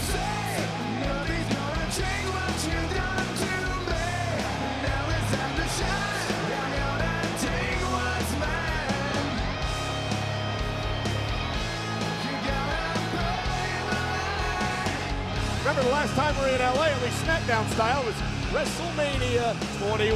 No doubt, no doubt. Hey, maybe Randy Orton should get one of those stars on the street over there. What's that street there, like Atlantic Avenue or something like that? Atlantic Avenue, that's actually in Pittsburgh. The Walk of Fame. Walk of Fame, right. He should get a star. Ken Kennedy, too. Big star on the street. Viva la raza! Where is it? Where is it? Where is it? There it is. Baby, like old times. Making their way to the ring at a combined weight of 528 pounds, Eddie Guerrero and the World Heavyweight Champion, Batista. Batista was telling Guerrero, make it bounce, make it bounce. Batista's so big, you don't even need to convert him. Fit the thing. Well, they said earlier, Latino Heat is back. The low rider. Eddie's having fun again. The old music. Whoa, watch out. Oh, heads up. Oh, man, look low, baby. Oh, fall out, champ. The World Heavyweight Champion spared no expense.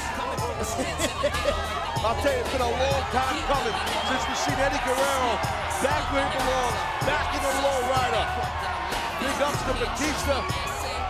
Yeah, Batista bringing the lowrider here tonight, but this is a very special building, the Cow Palace for Eddie Guerrero, February 15th, 2004. Eddie winning the WWE Championship here at No Way Out. I remember that match. It was a doodad, granddaddy, hot shot match, as this one will be. This is going to be one hellacious six-man matchup here. I can't wait to see Hot Rod Roddy Piper, baby. Rare appearance by Roddy Piper on TV. That's very rare. Only on Friday nights, Cole. Only on SmackDown. Not Raw. General Manager Theodore Long making this six-man tag team matchup last week.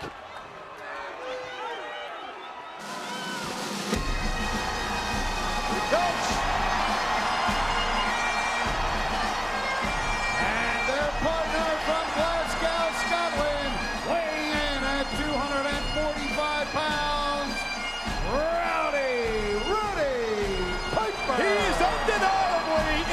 original. There is no one on this planet like Roddy Piper. Oh, I agree with that wholeheartedly. No doubt. Look at Eddie Guerrero paying respects and homage to Hot Rod Roddy Piper, man. And Piper's all fired up. Remember earlier tonight, Cowboy Bob Orton, that man right there, who teamed with Roddy Piper over the years, in fact, were involved in the first couple of WrestleManias, said that he was sick and tired of Piper making all the money while he did all the dirty work. Oh, there's some bad blood between Bob Orton and Roddy Piper. I want to see him go. And Roddy Piper also with a score to settle with Randy Orton. Remember back at Homecoming a couple of weeks back, the RKO delivered to Piper from the legend killer, Randy Orton. So it'll be Eddie Guerrero starting things off against the loudmouth newcomer, Ken Kennedy, undefeated as the singles competitor. But there's Latino heat, thumb to the eye, and here comes Eddie Guerrero. Going to work on Ken Kennedy. You gotta be careful, Mr. Kennedy, because Mr. Guerrero will bring you to class and to school. Eddie Guerrero, high elbow, knocking Kennedy down. Kennedy got himself mixed up in this whole six-man situation last week when Cowboy Bob Orton feigned that injury. Eddie Kennedy was the mystery partner. Eddie Guerrero's on fire right now. A helo to the sternum, and Eddie Guerrero fired up here at the Cow Palace in San Francisco. Trying to make a tag. Ken Kennedy was trying to make a tag over there, but Eddie Guerrero realized that. Double, two-on-one, that wrist pull. Oh, look at Kennedy got out of that corner. And it's the World Heavyweight Champion Batista in off the tag, and he wants Randy Orton. No doubt. I mean, Batista and Kennedy tagging. And remember, Randy Orton, no bones about it. He wants a World Heavyweight title shot. These two men who grew up learning the tricks of the trade from Nature Boy Ric Flair and the game Triple H, part of evolution. And here's Batista with a big right hand, driving Orton back to the corner. Randy Orton at one time, the youngest World Heavyweight Champion in history. Whipped across the ring, and a big boot to the head of the champion Batista. Definitely a lot of, you know, in a short time, a lot of history between these two athletes. And here's Orton trying to whip Batista across the ring. There's the power of the champion. Whipping Orton into the corner. Oh, big takedown. What a knockdown by Batista. A spear-like maneuver by Batista, the champion. Uh-oh. There we go, Cole. And Randy Orton, realizing what was coming, gets out of dodge. But Batista, Eddie, and Piper are rolling. Can they keep it up when we return to San Francisco? And here's Orton, reversal. Eddie ripped into the corner. Randy Orton, scoop slam of Eddie Guerrero. Welcome back to SmackDown, ladies and gentlemen. Six-man tag team action underway. The Ortons teaming with Ken Kennedy against Roddy Piper, Eddie Guerrero, and Batista. And look at the head scissors by Eddie Guerrero. Yeah, tilt the world head scissors by Guerrero. Now here comes the Hot Rod, Roddy Piper. And thumb to the eye, classic Roddy Piper, the WWE Hall of Famer. And look at Roddy Piper go! Look at Photo's hands. Well, he's remembering the RKO from back at Homecoming, delivered by Orton. With a nice step there, takedown. Piper's just crazy to A knee driven to the face, and here's the kick out by Orton at 2. You get a Roddy chance here, building. And look at Cowboy Bob Orton with a knee to the back. Yeah, knee to the back for sure. And it allows Randy Orton to take advantage. The big right hands, close fist. Cowboy just wants to get a piece of. Randy was working on Roddy Piper. And referee Jimmy Corderas didn't see any of this happening. He's tangled up in the ropes. Randy had a. Oh, and here's Roddy the tag Piper made. The Cowboy Bob Orton and this Cowboy Bob Orton. I want to see this. I want to see this. I mean, I remember when these guys were going at it back in the day. Cowboy Bob Orton with a big right hand to Roddy Piper. Piper trying to make a tag. Bob Orton tackling Piper, keeping him away from his corner. They're dragging him to his own corner. Oh! Cowboy boots and all. Referee said that was to the lower extremity. It was close. It was clean. And Ken Kennedy hit off the tag. Hammering blow to the back of the head. And now Ken Kennedy. Oh, you know this Ken Kennedy. He has no respect for Hall of Famers and legends. There's no respect for anybody. Now look at Ken Kennedy blatantly choking Piper in front of the referee. Oh, he likes himself a lot. Here's the cover hook to the leg and a kick out by Piper at 2. Loves himself. Brash, arrogant, loudmouth. Well, I like him. I don't love him. But he's got that head of Piper. Now, got that chin and the knee in the back. I mean, Ken Kennedy brought his fan club in a minute, right? Randy Orton, Bob Orton. Yeah, I like him too. I'm not a part of his fan club. great SmackDown fans trying to will Roddy Piper on. Piper in deep trouble as Ken Kennedy continues the pressure. Yeah, he's got that half Nelson there while he's got that head locked up. Piper's back to his seat. Yep, he is. Right hand by Roddy Piper. Watch Piper go.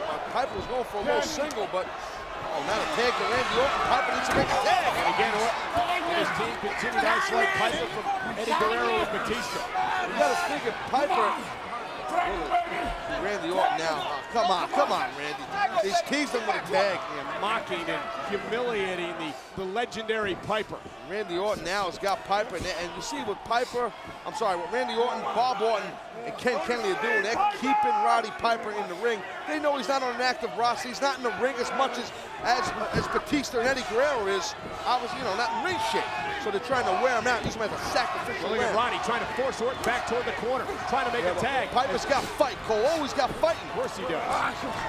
Been his MO over the years. As Bob Orton, Cowboy Bob comes out the tag by his son. Look at this. Elbow to the top of the head, and another one. And Roddy Piper in all kinds of trouble here. Desperately trying to crawl to his partners, and Orton holds him off the pass. Yeah, Cowboy Bob Orton keeps his body in the middle of Piper's corner and Piper himself. So, it makes it damn near impossible for Roddy Piper to make that tag right now. Roddy Piper trying to back Orton toward the corner. Orton keeping Piper in the center of the ring. And there's a cheap shot. Wow, oh my God. Orton's getting all fired up. Hey. Pepper behind him. Oh my. Uh-oh. What the hell of a kicker? Oh, here we go. Get loose. Heading down the hatches, baby. All 6 men. Batista working on Orton. Eddie working on Kennedy. Going for the Three Amigos. Watch out. Look at Orton. Batista. Look at Kennedy down. Another spine buster. I'll tell you, Batista and Eddie Guerrero had enough. Eddie going up high. Someone's feeling froggy, baby. Trying to get control. There's a front splash by Eddie to Kennedy. Kennedy got nailed with that frog split. But Cowboy Bob Orton is the legal man. Doesn't know where he's at. Well, It is Piper. Piper's legal too. Piper with the sleeper hold. Piper with the sleeper hold on Orton. Can he keep it on? Can he choke him out? Can he? Roddy Piper's got the sleeper hold on Cowboy Bob Orton. One more time. He got him. Piper makes Orton pass out with his sleeper. Unbelievable. Here are your winners, Eddie Guerrero, the World Heavyweight Champion Batista, and Roddy Piper. I'll tell you, a rare appearance by the Hot Rod, the one and only Roddy Piper, but a very impressive appearance by Piper. Roddy Piper, Batista, and Eddie Guerrero victorious tonight on SmackDown. Howdy, my name's Roddy Piper, and these folks right here, got you all. We'll be participating in the 1995 Special Olympic World Games. The Games will be the largest sports event in the world this year, and that's happening right here in their home state of Connecticut with the help of yours truly and all the great people of the WWF Federation. Did I say the world's largest sporting events this year? Did I say that? Yeah. Come on, right? Yeah, there we go. Oh, yeah. You bet. I'm talking 7,000 athletes from 140 countries. That's about the size of the 1984 Olympics in Los Angeles. And everybody's coming to New Haven, Connecticut on July 1st for 9 days of sports, music, tall ships, WWF superstars, and festivals. This is going to be the most unbelievable event you've ever seen. Second, of course, to the last time I was in the ring. So come on down and get set to sweat. Oh, yeah! Let's go! Thank you. Supposedly the biggest man in the world ever. It's a pleasure to have you. Where are you from, Andre? I'm sorry, do you speak English? Andre, where do you come from? It's none of your business.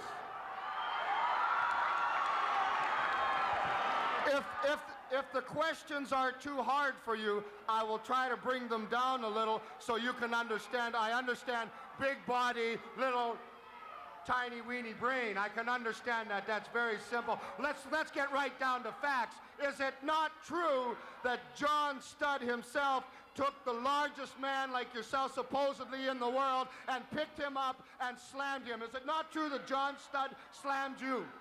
Never.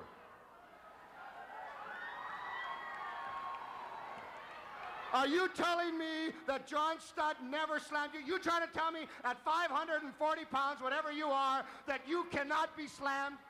Are you understand English or not? I told you that one time. At 520 pounds, if I'd given 5 minutes, I could slam you myself. I don't care. You're saying John Studd could at 520.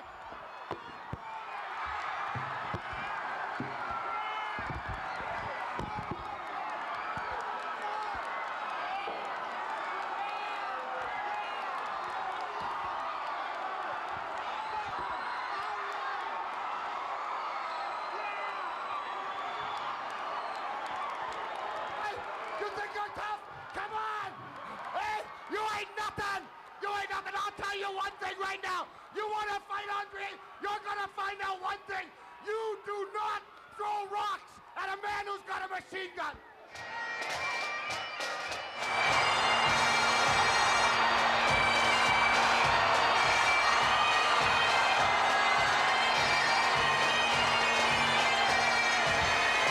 Rowdy Roddy Piper is headed to the ring. It'll be Piper who heads his team of the Hitman, Virgil and the British Bulldog, to lock up with your team, Ric Flair, the captain. And the Mountie, the $1 Million Man with his belt, Ted DiBiase, and that powerful, massive Warlord.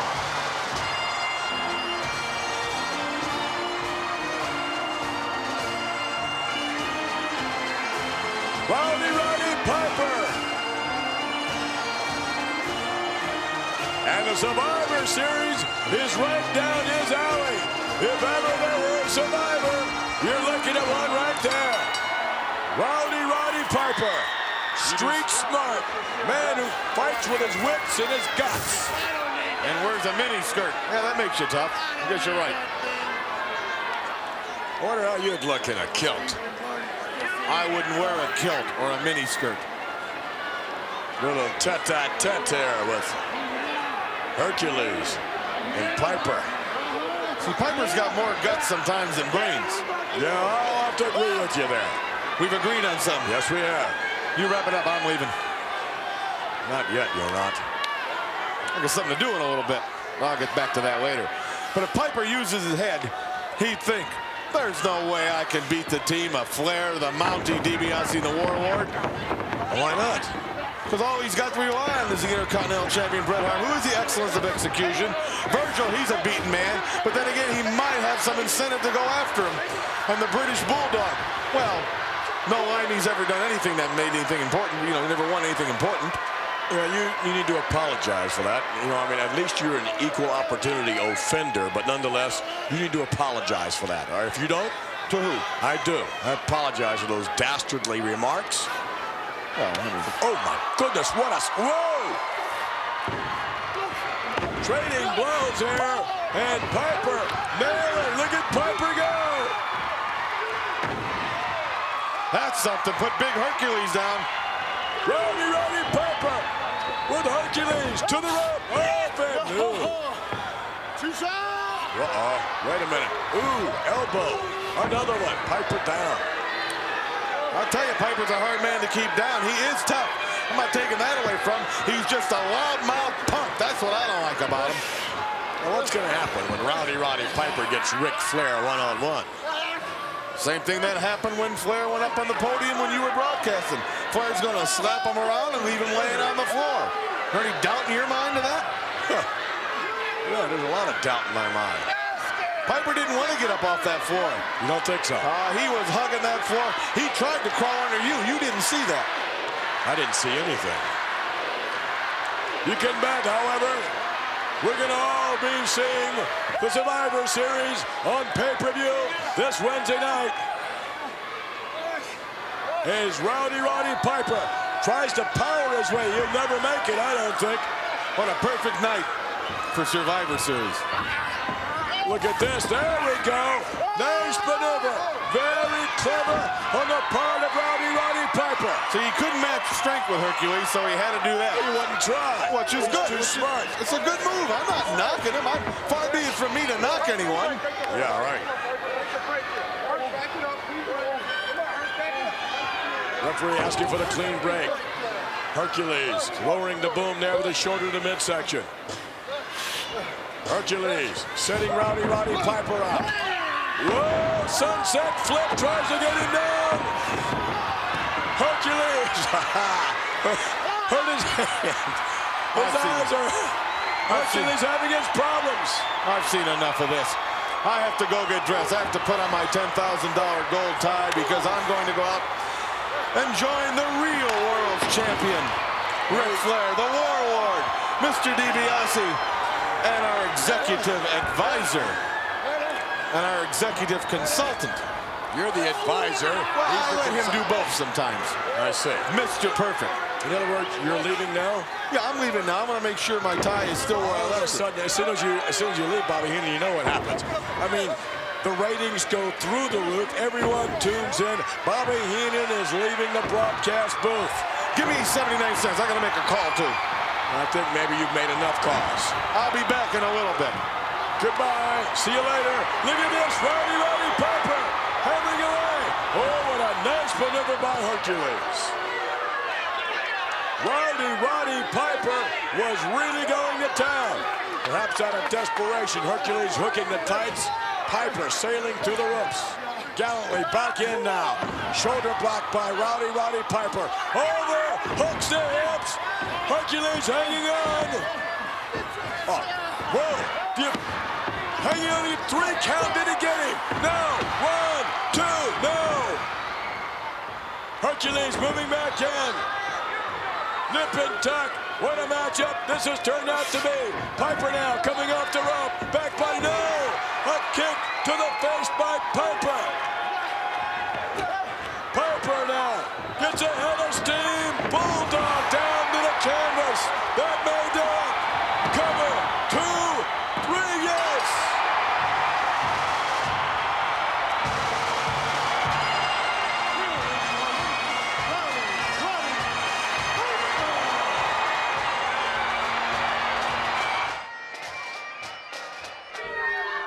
Let me tell you something, Percy. Let me tell you something, Rich. Let me tell you, Piper. When you think you're somebody, when you think there's something that you can do with the Mad Dog. Sawyer. Wow. Roddy Piper just exploded. Piper came out of nowhere, and we've got a Donnybrook going here. You talk about a Pier 6. We've got it now. Buzz Sawyer and Roddy Piper hammering beautiful power slam. And we've got to get this thing broken up. We've got to get it broken up. Wait a minute. Here comes Tommy Rich. Here comes Tommy Rich. We'll be back. We'll be back. Ladies and gentlemen, our next event of the evening is a very special match. This is a collar match. Both of these wrestlers will be chained to each other around the necks throughout the duration of this event. This event has no disqualification and no time limit to a finish. Introducing first, in the corner to my left, from Scotland, weighing in at 242 pounds, Roddy Piper. And now, from Seattle, Washington, weighing in at 240 pounds, the United States Heavyweight Champion, the man with the bionic elbow, Greg Valentine.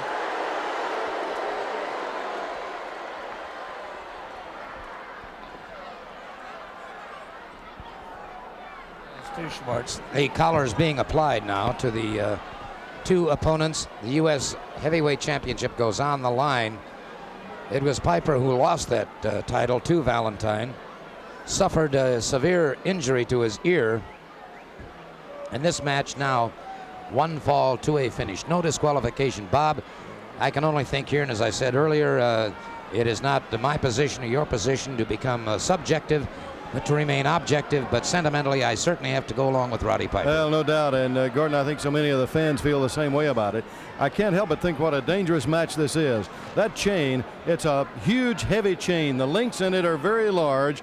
It's about like what we used to call, and a lot of you may be familiar with it, a cow chain. And there you see just the size of that chain with a collar now, very much like a collar that goes around a pit bull, and it's got staves on that collar. Gordon, I think that this chain can be used so many ways as a weapon. It can be wrapped around an opponent's arm or his leg.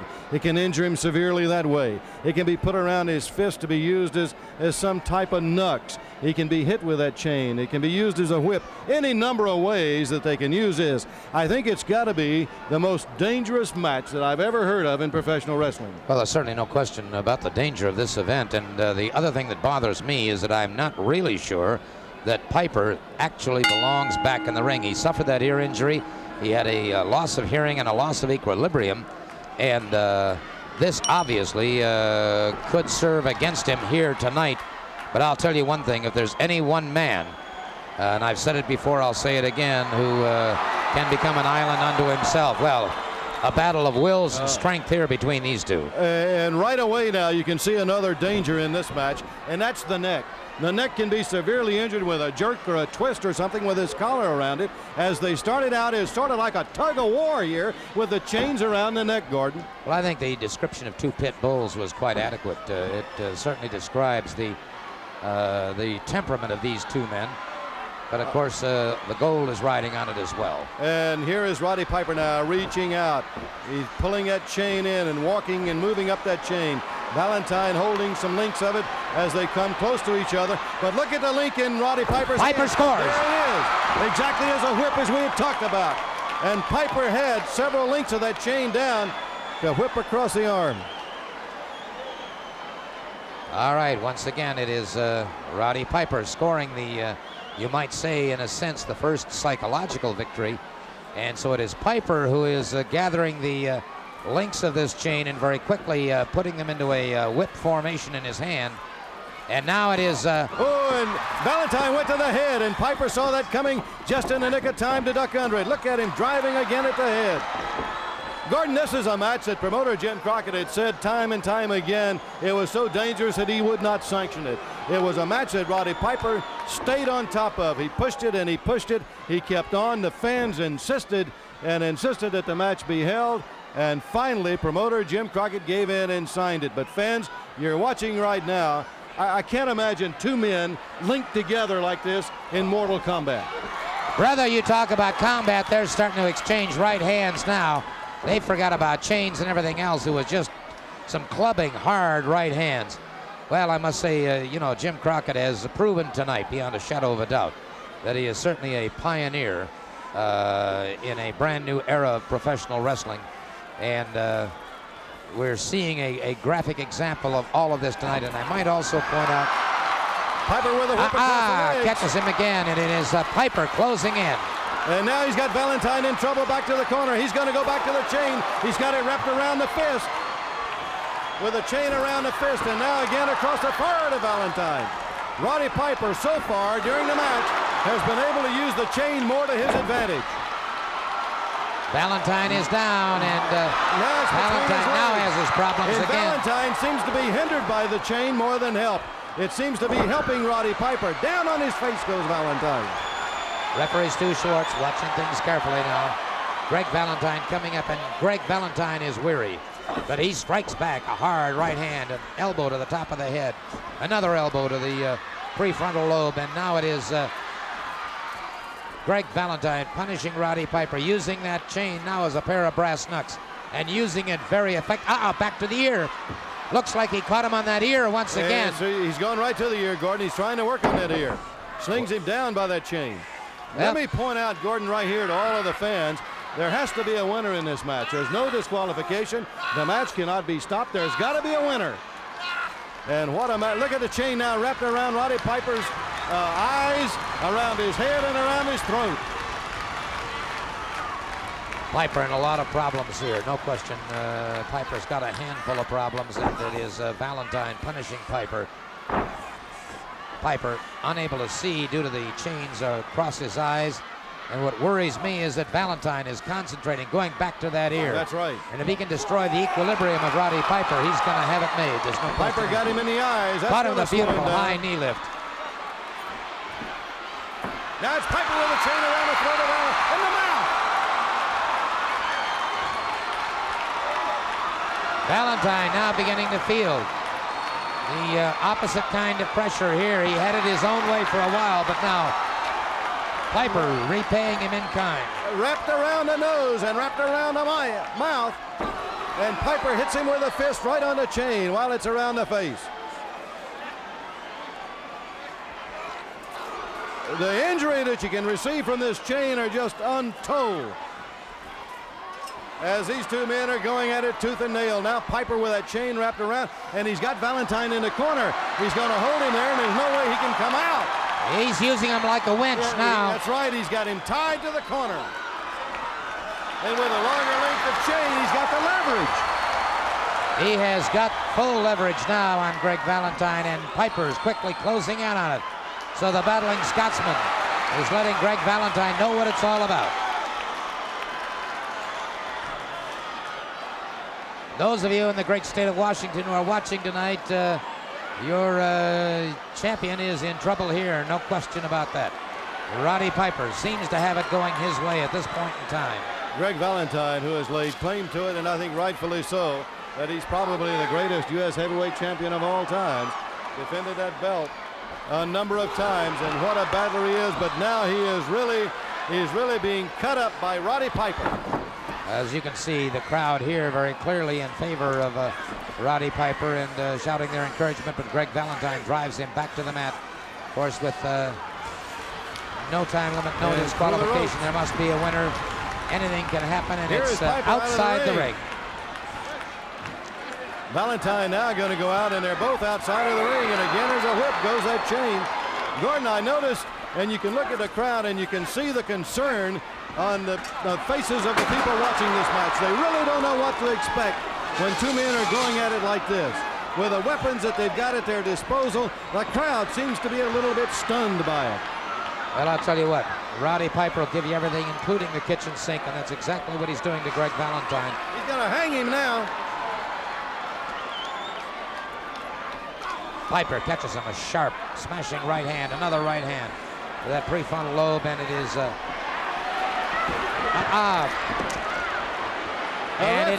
he's caught in the ear again. Yes, sir. While the referee was trying to push him away, he went right to the ear, and Piper reaches back and grabs the ear. Look at Valentine pounding on it now. Gordon, that's exactly what he's going to do. You called it earlier. Well, this is the thing I was concerned about. This is why I was worried about Roddy going into this match in the first place. Was he fully recovered, and could he take the punishment back to that ear? Greg Valentine was totally aware of the situation and is doing exactly that. He's punishing him for everything that he's got now, and Piper is at this point in time, a battle-weary, a battle-scarred veteran. But it's a question now of just how much second effort is there, how much adrenaline is flowing, what kind of fighting heart the man has. But right now it certainly looks like it's going to Greg Valentine. It looks like it's going his way all the way. Here is Piper still outside of the ring on his feet, but he's staggering around. He can hardly maintain his equilibrium. That ear of his very definitely badly damaged at this point. Kicked again on the ear by Valentine.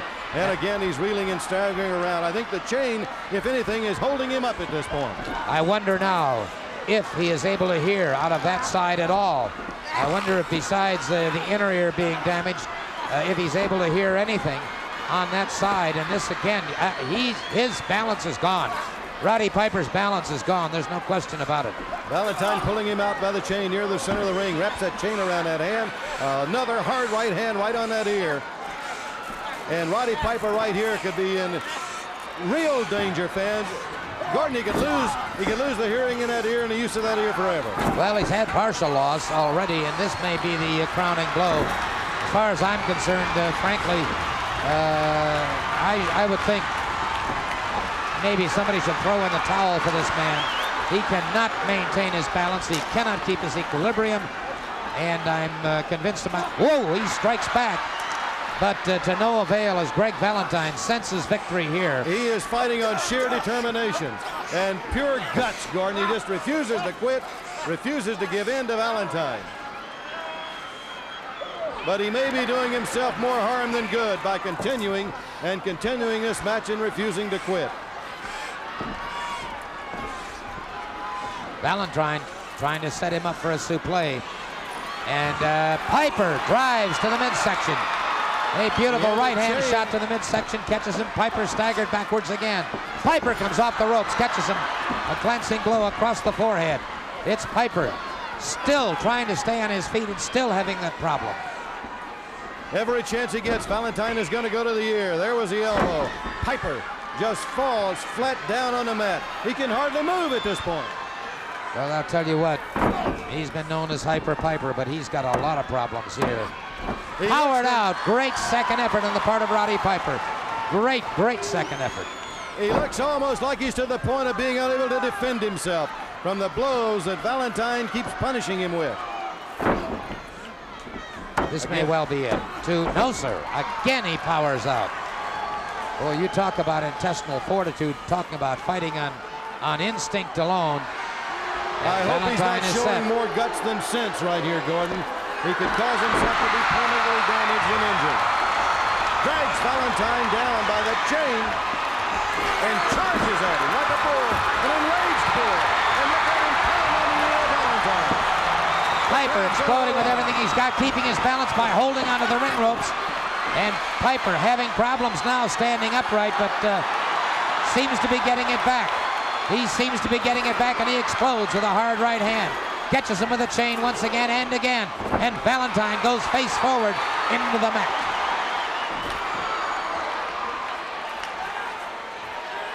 Now with Valentine, it's Piper who's using that chain as a whip. Valentine on his knees, turns right into Piper. Hard blow to the top of the head. And now it's Valentine who is almost out. What a comeback here. We might want to take a real close look at Greg Valentine and check those eyes, because he may have already suffered a concussion, as Piper caught him several times with that chain into the top of the head, and Valentine may be literally out on his feet. No, sir. He fires back and catches that ear once again. He's going to go right back to that ear. He's going to stay with it if possible. He's trying to land every blow on that ear. And Piper can't defend against it.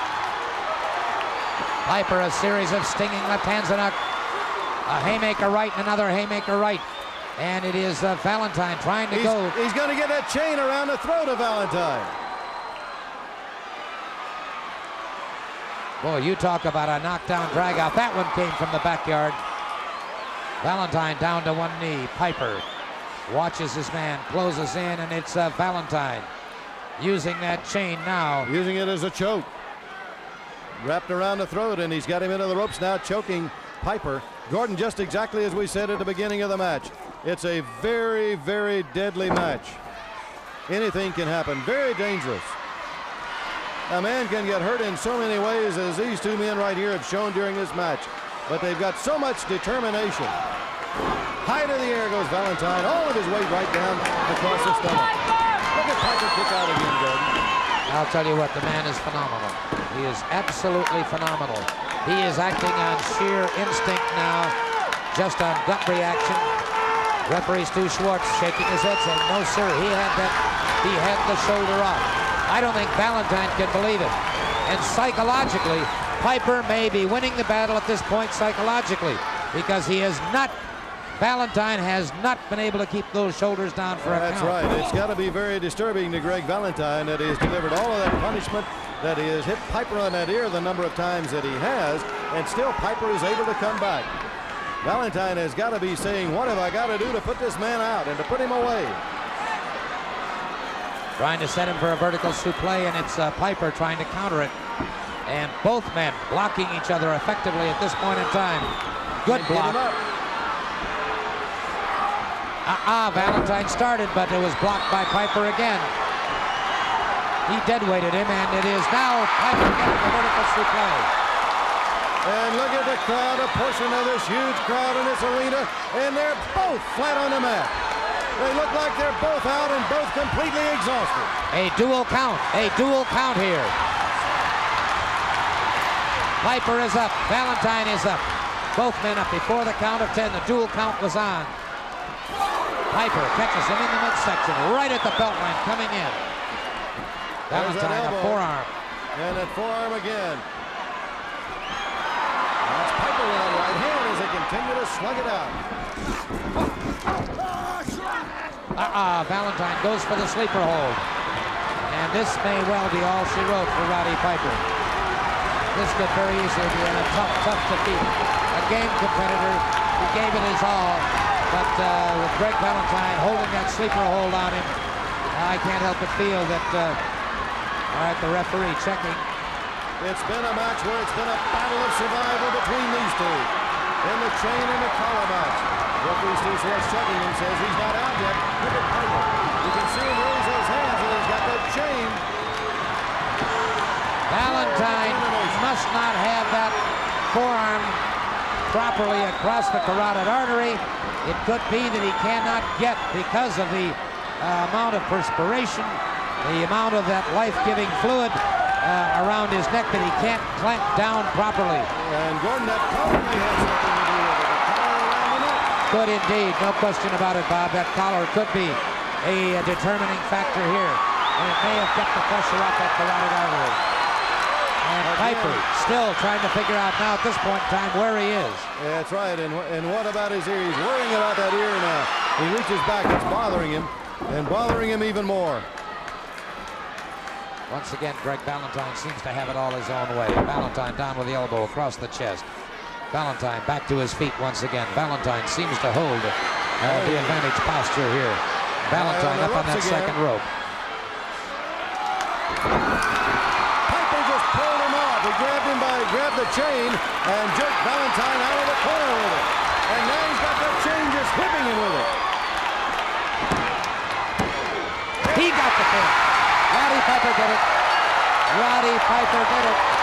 He got the pinfall.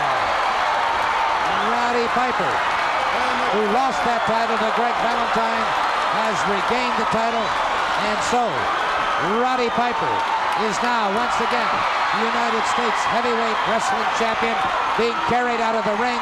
A tremendous crowd of over 16,000.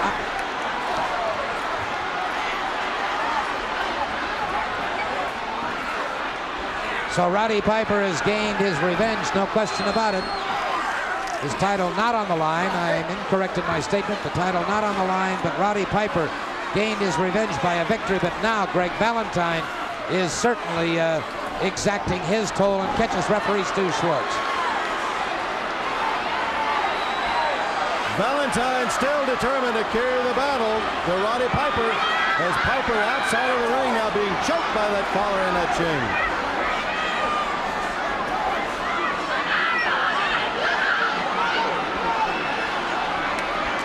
And the referee now trying to fight Greg Valentine and get him off as he turns around and knocks the referee down on his feet.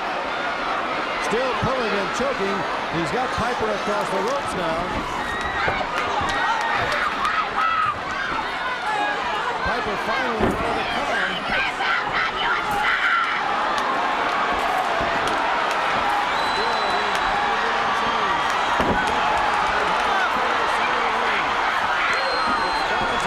Chain and Piper now, nothing in his hands to defend himself with. But the match is over with Roddy Piper. Gordon is the winner.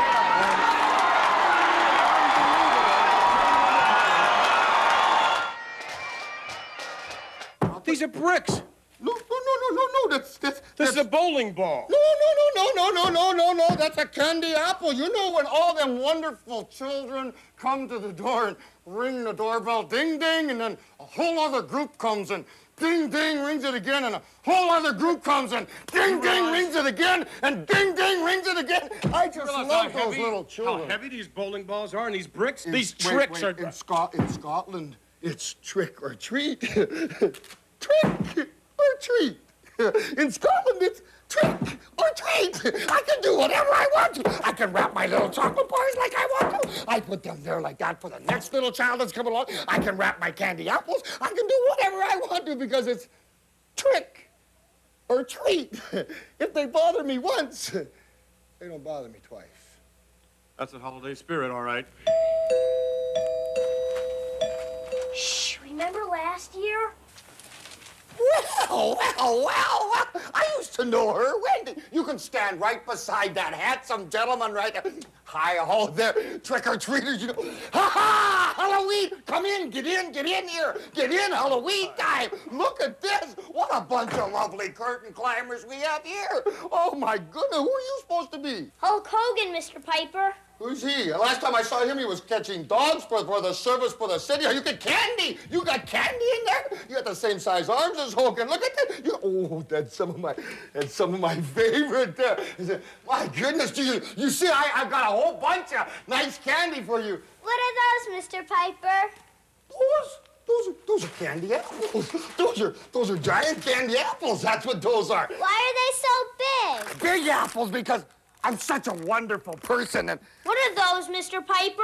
Those are chocolate. I got those from Hershey, Pennsylvania.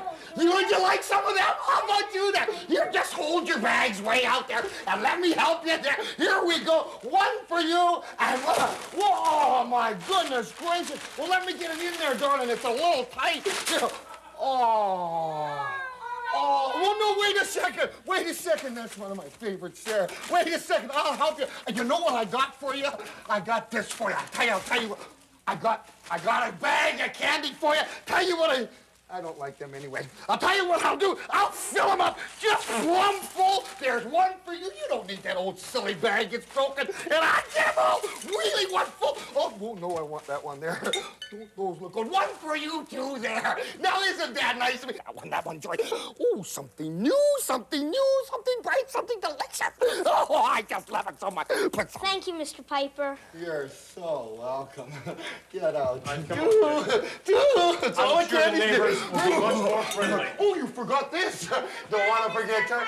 Goodbye. Bye. Oh, something new. Ooh. Try the neighbors later. And so they forgot the candy. We got him this time. It took a year's worth of planning. It's gonna work. I hope Mr. Piper likes his chocolate-covered red pepper. What's the matter? Roddy, what's the matter? What is it? What?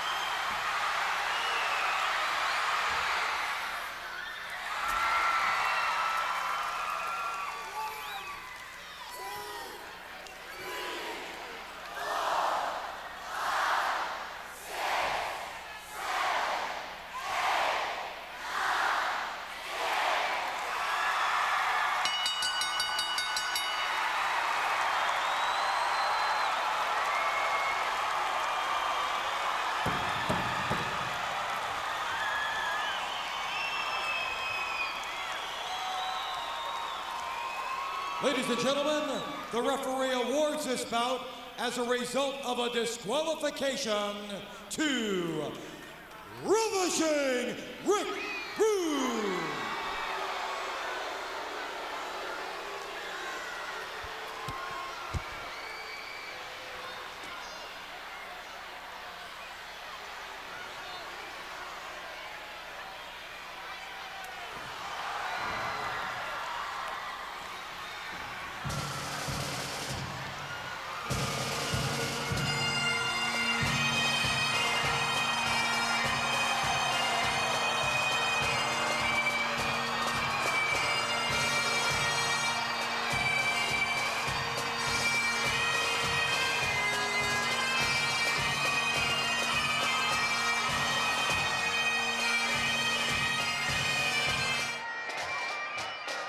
Well, here I am on the A-Team, I suppose one of the most successful shows ever, possibly in the history of shows. And of course, I'm creeping up on the back of Mr. T. I can tell you that because it's got it written right here on the back of your chair. Mr. T, hello, I know you can hear me, and I don't mean to bother you. My name's Hot Rod. Of course, you know who I am. And I know who you are because your name's written on the back of the chair, and I'm assuming that that's there so you don't get lost. They told me to come down here and talk to you because what you got here is this great, successful show. Then you guys are portraying these bad guys, and they wanted to know, since I am a bad guy actual in real life, and I do beat folks up for a living, what they wanted to know, they kind of wanted to know, how does it feel to be portraying someone like myself?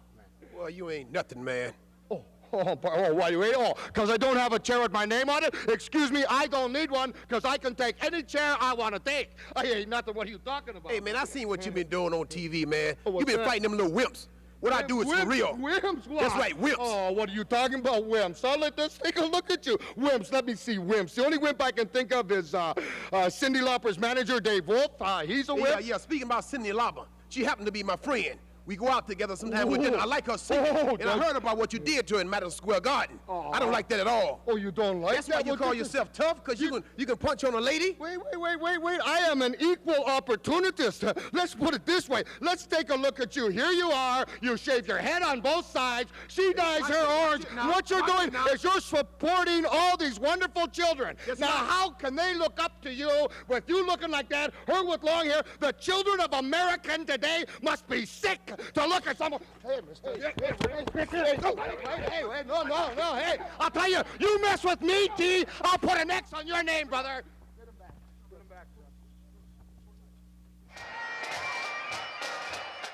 As partner, as a tag team partners, we suck.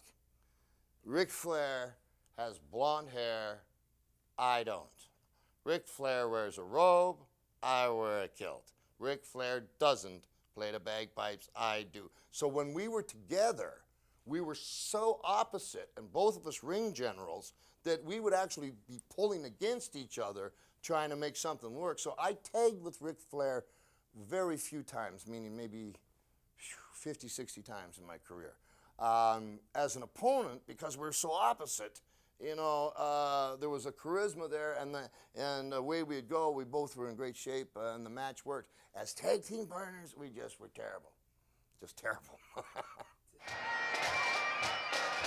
Rowdy Roddy Piper, this thing seems to be working out very good for you and Mr. Flair. I mean, tonight you signed Sting and Sid Vicious in a one-on-one confrontation. You signed the big match for the Bash at the Beach. What else, as we enter a new millennium, can we expect from you? New Orleans, home of the Saints! Nobody has ever called me a saint, but maybe if I was on the team, you might have stood a chance at the Super Bowl.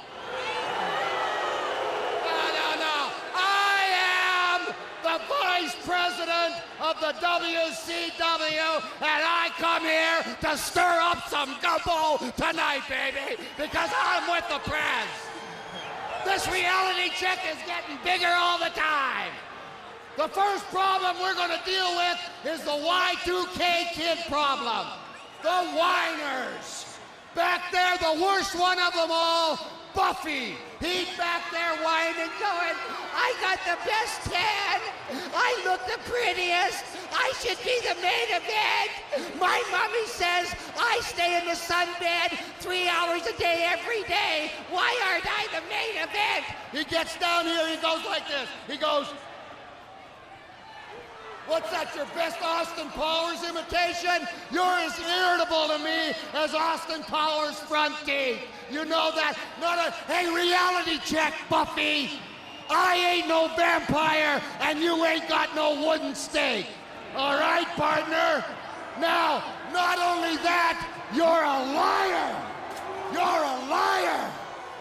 You said, Buffy, you beat Ric Flair. Ha! On what day?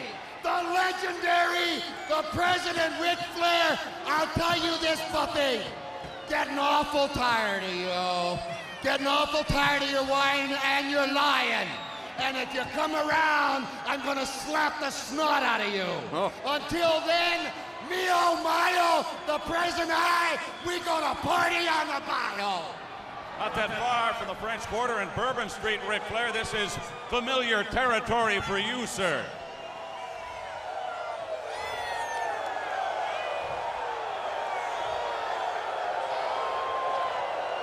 Bagwell,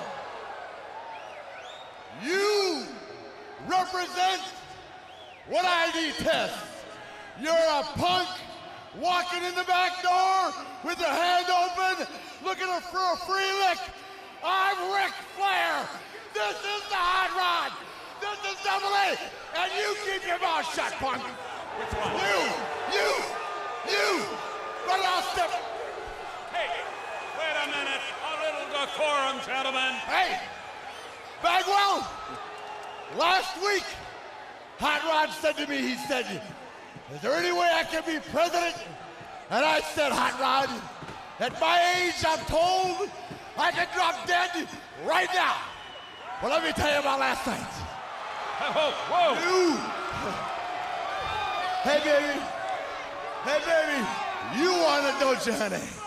You know Space Marvel. Hello? Buff Bagwell came right in.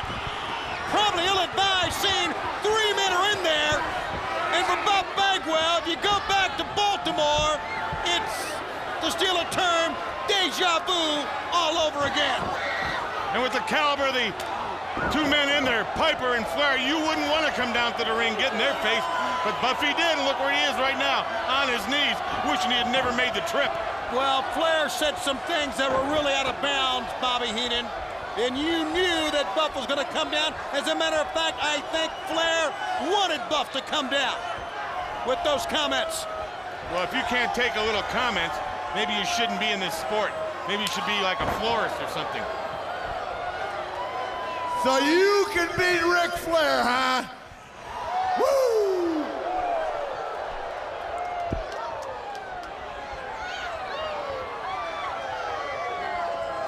Back in the corner. That very large chest of Buff Bagwell's. Absorbing that, Bagwell turns it around. Flair took 3 blows, and he's back in command. Buff Bagwell's firing back. This is a Buff Bagwell I've never seen before. Last week he changed, but this week he really looks like he's ready. But Piper stopped his momentum. That does not stop Buff for long. Look at this young man go. Bagwell showing us that Buff does have the stuff that champions are made of. He's working on emotion as much as anything else here, Brain. Double A on Anderson. Oh, gets nailed. Buff's holding his own. You got to give him credit for that. Against literally 3 men here. Flair being held by Arn. Mickey J. 1, 2. Almost. Buff is fighting 3 men.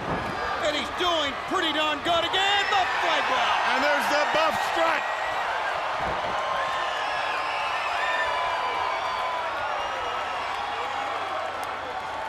That's Buff. And that's not the stuff. Now it's Flair and Arn Anderson find themselves here on the floor. Bagwell almost dares Piper to come in. an impromptu handicap 2-on-1 here. But this is exactly what Flair and Piper wanted. They came to the ring. They baited him. Well, they came to the ring with a wrestling attire on. So they lured him into the ring. It's what they wanted. Flair, who was pinned by Buff Bagwell 1 week ago. There's a good drop toe hold. We saw it. We replayed it earlier on. Buff Bagwell, spinning toe hold into now figure 4, but there's the vice president. And he vetoed that attempt by Buff Bagwell. Buff is fighting the powers to be. Yeah, to be. Or not to be. Powers that be. Here's a pickup. Atomic drop. Piper. Buff Bagwell picks up Rowdy. Rowdy Piper! Piper missed a wild right-hand swing. Buff did not. Piper don't miss many punches. No, he does. He's missing there, though. Buff is just blocking him with his left arm. Piper fighting. And Buff Bagwell with a good pickup and a scoop slam. Buff is really holding his own here. This goes to show you what type of athlete this young man is.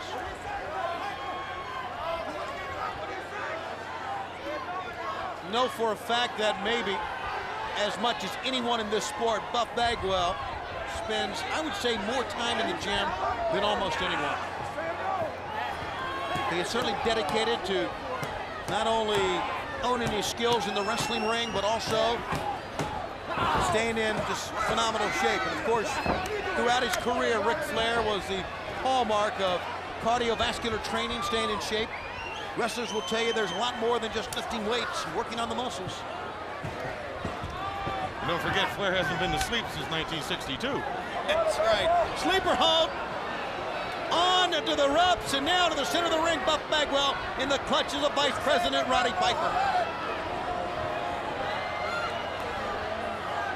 Bagwell, nobody to tag, nowhere to reach. In against both men.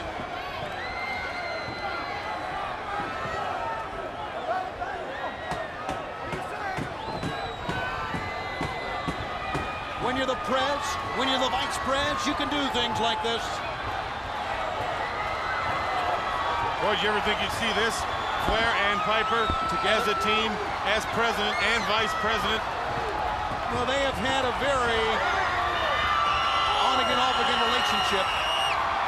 But Bagwell, with one swift back kick, gets out of the sleeper hold. Not a bad way to get out of it if you think about it. You got a lot of things with that move. Yes, you sure can. You got the house. Flair comes in and chops Bagwell down. Uh-oh. Here he goes. Ric Flair climbing. Bagwell's got it. Nowhere for Flair to go, but way down to the mat. Buff Bagwell. On a steaming step right now, running over Flair 3 times. To the ropes, no. Figure 4, he's going for it, Tony. Ric Flair, inside cradle Bagwell. Good hope, but only got her 2. And he almost stole one that time, Heenan. He was close. Watch this. Bagwell blocks it. Right jabs to the jaw of Ric Flair, rocked the president's face. How would Bagwell be doing if he had a partner? See how he could be doing much better. I was going to say, not much better. Yeah. Sent Flair upside down to the turnbuckle, and then with a lariat on the apron of the ring. Flair begging for relief, and Bagwell walks into Ric Flair's suicide punch.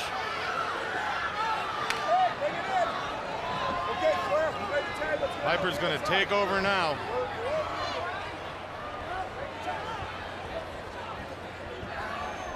Bagwell caught an uppercut, and now to the other side of the anatomy, the throat region. Piper's digging those thumbs in his throat there. Got that second rope across the Adam's apple. Piper across the upper body of Buff Bagwell, stretched across the middle rope.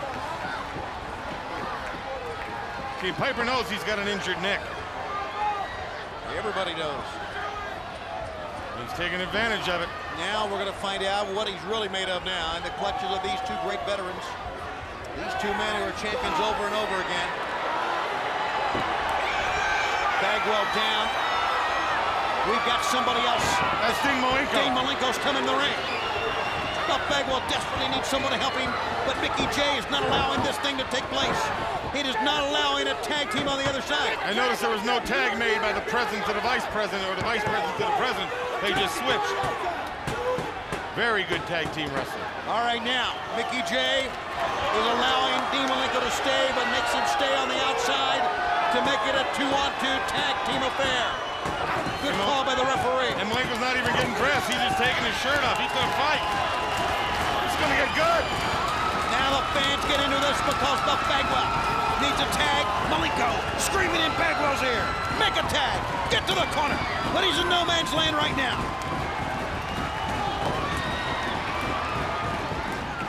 Oh, and he gets chopped in the neutral corner again. Buff with a surge of energy. Right hand on Flair. Flair sucked it up. Chopped away. Toe to toe they go. Buff Bagwell. Ric Flair. Oh. You know, I wonder if Bagwell even knows that Malenko's there. I was just thinking the same thing. Does he know he has a partner? Can he make a tag? Malenko went over and screamed in his ear, but I'm not so sure if he was even looking the way of Dean Malenko. I think Buff still thinks he's here by himself. Let's see if he can get out of this corner. Oh, fighting valiantly out of the corner now, reaching. He knows he's there, and he makes the tag. Dean Malenko!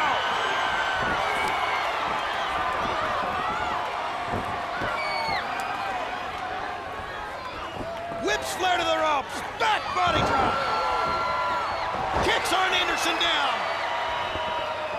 Oh! Oh, Dean Malenko. He's on fire. He is on fire. He's got a lot of rage in him. But he ducked too soon. He nails Ric Flair, and Flair goes down. Uh-oh. Texas Cloverleaf time. Piper in. Cut off by Dean Malenko. Arn Anderson's in. Now Malenko's got to fight three men. Malenko's got Arn Anderson. He's got Arn Anderson in. He's turning him. The Texas Cloverleaf. Piper's digging in the trunks. That's Bagwell. Nailed Flair. Oh. Piper with an illegal object. Wipes out Buff Bagwell. Does Malenko no good to put the cloverleaf on Arn? It's over here. Piper just beat Buff Bagwell. Flair did. Piper, they both did. They both did. Piper digging into the trunks. Coming up with the illegal object, the foreign object, if you will. Nailing Buff Bagwell as Arn Anderson was in the clutches of the Texas Cloverleaf. It's over. Prez and Vice Prez, the front office, if you will, wins again.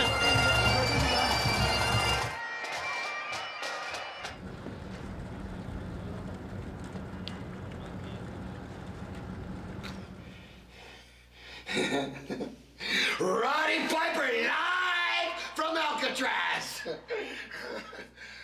Doggone, man. Not even Taz does Alcatraz. What am I doing?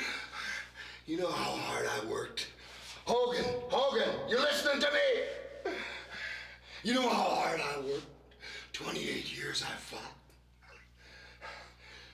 I fought to get a family. Did you ever wonder why I was on the street when I was 13? Did it ever cross your mind, Hogan? I've been dead inside. You know when you're dead inside, there's nothing you can do to a man to hurt him. Nothing, man. I'm coming into the Cow Palace on the 23rd, dead inside. Why? Because of you, Mr. Spandex. You are the cheapest, most low-life piece of snake I have ever seen. Telling people lie that I'm hiding behind my little boy. You know, let's get serious about this, because I'm not doing no wrestling promo to draw tickets. No. You know what you do, Hogan? Remember, you little kids, take your vitamins and say your prayers. What happened to that? You know why? Because you're a facade. You don't have it in here. You walk in airports in spandex. Huh? And Hollywood Hogan here with your platinum blonde hair. So people will recognize you. Folks, I won't tell you the truth. He needs that recognition. Do I walk around in a kilt when I'm in the airport? No, I don't do that. You know how hard I tried to give a family. You know how proud of my children I am, man. Cost me a hip, and never once did I complain. 7 years I fought, no cartilage in my hip. Not once did I complain, not once did I get beat. And you come along, and in 5 minutes, you take that away from me. So I says to myself, let's get mean to the extreme, huh? Let's get it. And we do our push-ups, and we do our training in Alcatraz. I'm gonna stay here for 7 days and 7 nights, and I ain't creating the world. I am destroying Hulk Hogan. There's not room in this sport for both of us, man. No. What you did to me is way beyond wrestling. What? You need another big pay-per-view to buy another yacht in Hollywood? That whole phony situation? You've picked the wrong guy. You have played with the wrong man. Did you hear me, Hogan? Let me tell you something. San Francisco, huh? It's as simple as this. I'm gonna teach you that pain is a 4-letter word. And while we're in Frisco, let's take a walk on the wild side. And as the ladies say, do-do-do, do-do-do. What you gonna do when I'm through with you? You piece of garbage.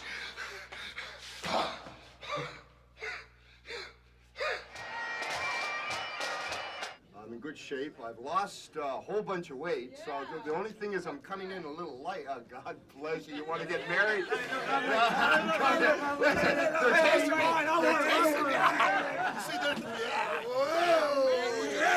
licking me. Jeez, I don't know if they're nice to me, they're tasting me, or they want a date. I love you, mate. We love you, mate. The only problem is I'm coming in a little light, and when you come in a little light, you sacrifice a little strength for it. But other than that, you also increase your speed. So other than that, I don't have any problem. I'm going to have a little surprise as we enter the altar. A surprise, Rooney! He's got a surprise!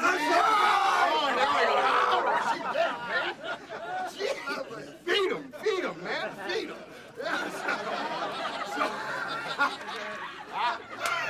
I'm sorry. Roddy Piper. He has had an incredible career here in the World Wrestling Federation. Still going strong. And I must say, Luke and Butch have chosen well, deciding on who to bring into the ring for this encounter against the Nasty Boys and the Mounties. I think Hot Rod can handle all three by himself. I don't know so much about that. That might be a little too much for him. But certainly with the Bushwhackers, they're capable of doing that, those three. What an international gathering we have here. One representative from Scotland, the other from Antipodes, New Zealand, and one from Canada. And of course, 2 homegrown chaps, Knobbs and Sachs. Goodness knows where they're from. Too bad they are representing the United States. I wouldn't say that. They have done that with a lot of skill, if not dignity, in the past. Oh, please. A little rub for luck after the huddle in the center of the ring. Butch fired up. And I do believe all three are set for combat. Referee Dave Hebner giving last-minute instructions. Although I'm not quite sure the superstars in this battle are going to pay much attention to the rules of the World Wrestling Federation. I think you may have labeled that correctly there, Sean. We got Butch, and his opponent is going to be Knobbs. Well, we still have yet to see them lock up, and that could change. That could change, you're absolutely right. Not Intimidation official. tactics. Oh, here we go. We're underway. Knobbs using a weight advantage to throw Butch into the corner and really goes after the superstar from New Zealand. Forearm to the side of the head. All very illegal moves. But Dave very Hebner effective nonetheless. Yes. Looks as though Dave Hebner is going to be a little lax. But I like to say tolerant. I think that Dave Hebner is an excellent referee. He knows that these men are going to hammer each other, and he shows a lot of tolerance. He's a very good referee indeed. Knobbs charging in, makes the mistake as Butch brings up the leg and then capitalizes on it and takes time out for a little beef shank. I think a little chewing is going on there too. And Roddy Piper. Not quite the taste one would expect. No.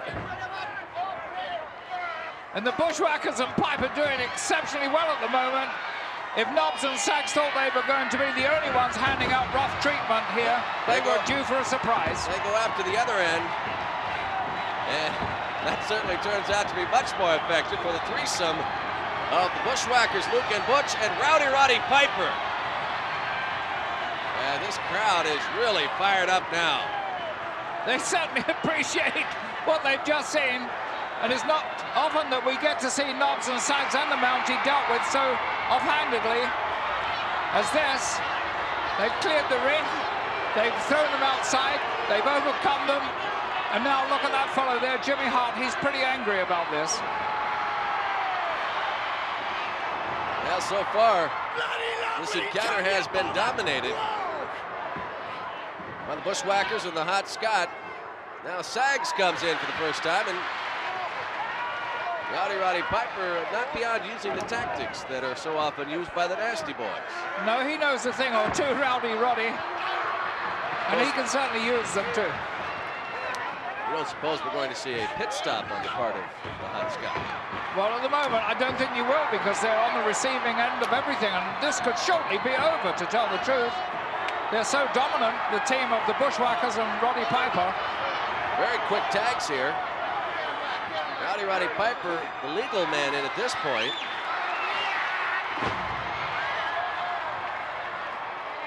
Continues to take Sags apart, comes over, decks Knobbs. A little too close to the fire. He got burned. Yes, he did indeed.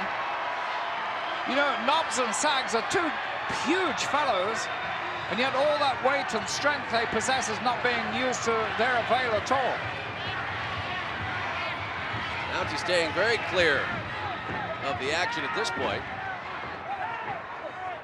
I suppose he's shying away from this encounter, no doubt. Well, I think he got a taste of what they were up to, the Bushwhackers and Piper, right in the very first instant of this match, and sensibly he's staying away from some of that. I think we'll see him come into play a little later on, though, I'm sure. Butch tripped up by Knobbs. Tag made. Knobbs decides to do it the legal way. Sharp elbows as Butch begins to take some of the punishment. First time we have really seen the Nasty Boys side go after their opponents. Now the Mountie checks in once he sees he has a weakened opponent. Into the ropes. Flying elbow right to the chin. And your lordship, I'd say Butch is in a little bit of trouble at this point. He certainly is. He's a very resilient fellow, but he seems to be in a lot of trouble. Mountie creates a diversion. Dave Hebner tied up across the ring, and it gives the Nasty Boys of the Mountie a chance to really go after Butch as he continues to take a brutal beating. Piper making a statement there to the referee that there were some illegal tags taking place behind his back. but they shouldn't divert the referee's attention, because those tactics will be employed by Knobbs and Sags and the Mountie.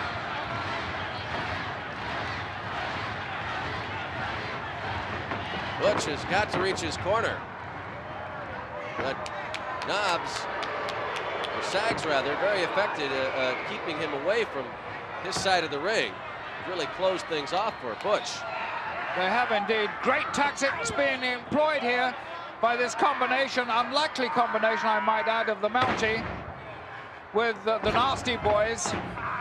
But very effective indeed now. They took a shellacking in the beginning, but they're getting their own back now. A little revenge is always sweet, no matter who it's administered by. Now we're seeing the quick tags with the Mountie and the Nasty Boys as the law enforcement officer from Canada checks in. Sets Butch up now. Pile driver, and it is a good one.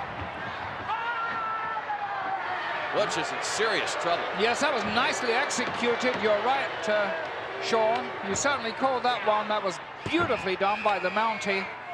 He looks a bit clumsy at times, but he really isn't, you know. But also very deceptive are the Bushwhackers. I'd keep a very, very strict eye on Butch, because if he makes that tag out to either Piper or his compatriot there, there's going to be a lot of trouble in store. They've had a lot of time to save their breath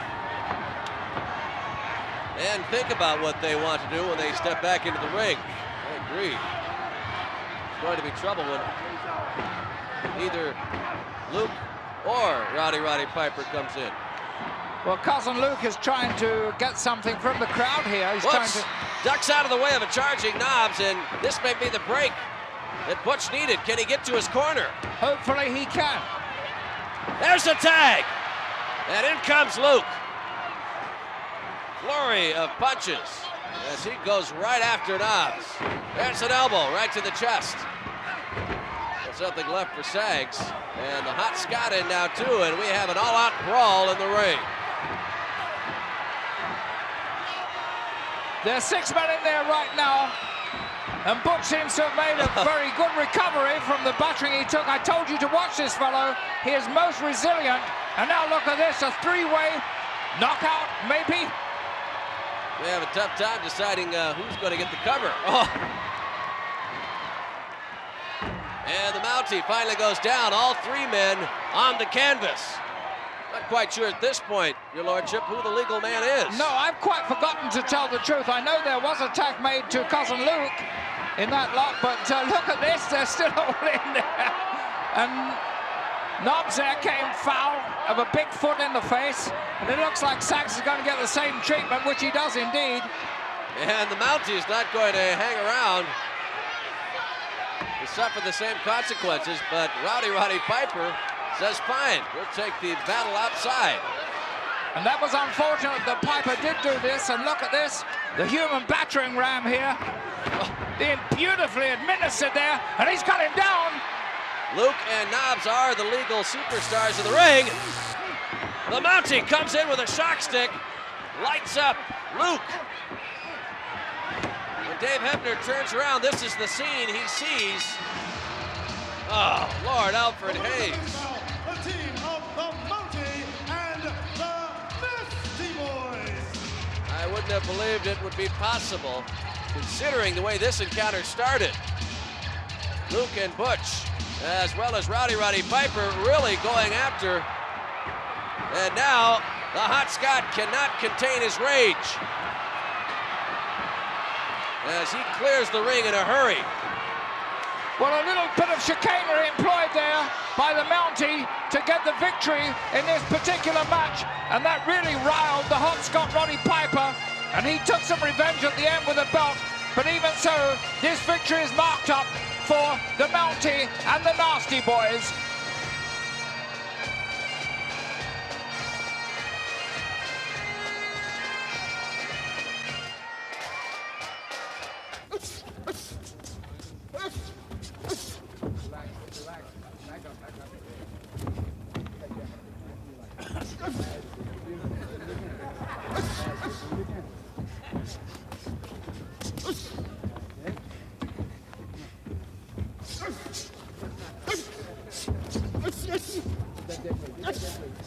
Want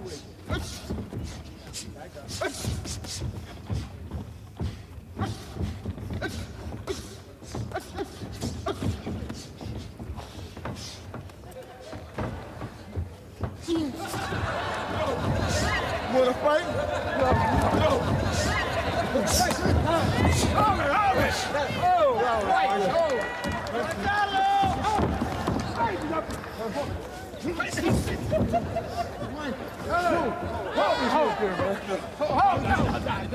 I took all the rest of the time off until April 7th to my fight. I'm not wrestling anymore. I'm not doing anything. You know, a lot of people, they're laughing and they're doing a lot of things because I have a tendency to goof around, but I'm in there, I'm not goofing around at all. I think you can tell by the way I'm training. Anytime you want to come down, too, anybody at all you beer-drinking, barroom brawlers, you know, I can kick you, too. You know, and I'm not afraid to cheat, and I'll tell you right now, I will. I come here, though, to watch some of the best. There's nobody better than Biggs, nobody better than Spinks. There's no, speak of the devil, man. There he is right there. How you doing, man? Yeah. What a pleasure it is to meet you, the champ. Come up here. Would you come up here, man? Come here. Yeah. You're darn right, man. Come in here, champ. Yeah. Yes, sir. This is the first time I ever met Mr. Spinks. I know, right? Oh, what a pleasure. You know what? I want to say something about this. People knocked out. I'm fighting this guy called Mr. T. I know who you know it is. You know, you've been former world champion. And you lost one fight one time, and this Mr. T walked out on you because nobody knows what it's like to do and God, what things you've gone through and what a man you are, and I got respect for it. You lose one time, and all of a sudden, everybody's out of your corner, and nobody has no time for you. You had enough, you know, my coaches tell me, you know, it's easy to get knocked down, the hard part's getting back up, and you come back up, and I'm damn proud just to meet you. I think you're a tremendous individual, man, and I know what you've gone through, and I think you're great for getting through it. I love you. Your cameraman just said to me, he says, do you know the event? I am the event. Last time I saw this skinny little geek here, I had him up over my head and I was shaking him. And nickels and dimes was dropping out of his pockets. You must have had a busy night, did you? What you're trying to do is you're coming on here with rock and roll and you're trying to convince me, somebody who spent 14 years since they've been 16 years old, who is the top fighter in the entire world today, that I should stand there. I should stand there in Madison Square Garden and watch some. Now listen to this. Now you think, do you have kids? No, you don't have no kids. Just think about this for a second. You got some skinny little broad with nice long orange hair. Then you got this skinny little other guy with nice long hair. That's her manager. No, that's the guy. That's right. Dave Wolf. You know, the big brawny guy that wanted to come and attack me after I just barely kicked Cindy out of the way. Oh, okay. Lots of coconuts he's got, huh? Lots of coconuts. So he wants to come after me because I hurt poor little Cindy. This is the girl that's talking to your kid. Do you know why all this started? Because I had this big, fat, slobby person with big, nasty things in his cheeks, and he's trying to convince people because of 6 months of work with muscular dystrophy that he's pure. Yeah, I am forgiven because I have done 6 months. Don't you baloney me, man. This is going to be a classic. Oh, definitely. Look at that shot. 90-some thousand, Gorilla, right there. This contest is scheduled for one fall, and the loser will have his head shaved clean. Approaching ringside, accompanied by the manager, the love of the South, Jimmy Hart, from New York City, weighing 298 pounds, the adorable Adrian Adonis. Look, Gorilla, look at, take a close look. Look what Adrian's got. He's got hair. He's got hedge clippers. Hedge clippers, indeed. And somebody's going to get their hair cut here, Jess. And the mouth of the South is carrying a mirror. Well, he's going to maybe want to show Roddy or whoever gets their haircut exactly what they look like. They're definitely prepared to give Rowdy a haircut. Earlier on, Mean Gene Okerlund in the WrestleMania 3 interview area with the adorable one, Adrian Adonis. All All right, Jimmy Hart, I understand somebody's going to be getting a haircut shortly, and it could be your man, Adrian Adonis. You spell wrestling, baby. A-D-O-N-I-S. Adrian. This is the adorable one, or maybe Clifford Claude. Piper, how are you gonna like it? Are you gonna like a baboon's behind? Are you gonna want a DA or a Princeton or an Oxford? How are you gonna like it? You're gonna like it with wrestling and Irene. And I'm telling you right now, she has no high heels or sneakers. It's just python-like arms, and so is the trimmer. Trimmer indeed. Won't need to use those edge clippers though. Oh, take a look. Making his way down. Approaching ringside from Glasgow, Scotland, weighing 232 pounds, Rowdy Piper. Standing ovation for Rowdy Piper, Jess. Well, this is it, Gorilla. He's announced his retirement. This is the last hurrah for Hot Rod. Rowdy Piper leaving the ranks of professional wrestling following this historic event. Win, lose, or draw. Big smile on his face as he has a standing ovation here. 90,000 plus on their feet for the Hot Rod. Well, I'll tell you, he's definitely got the fans behind him. That's obvious, Gorilla. But the question is, will all that beautiful hair be shaved off Hot Rod's head? Well, somebody's beautiful hair will definitely be shaved. They won't have to use those crude instruments that they brought into the ring that Adrian did. The professional barber's tools are down at ringside, Jess. Yeah, they're down there, and one of these guys is going to look awfully funny when it's over.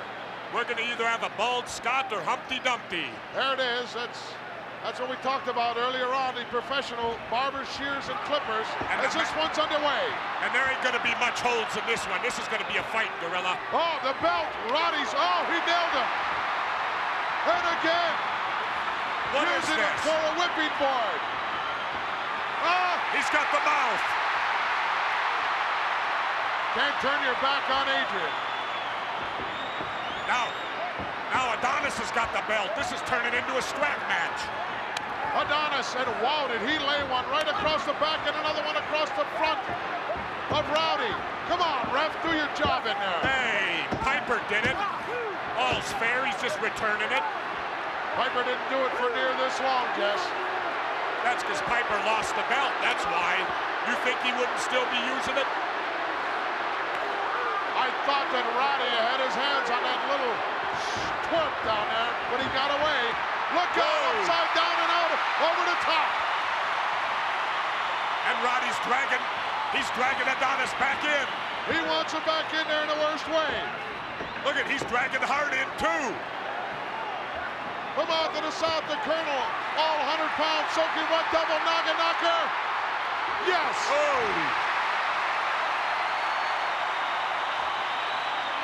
Look out.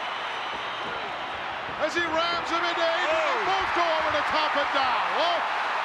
This is terrible. This is horrible. That may be the end of the Mouth of the South.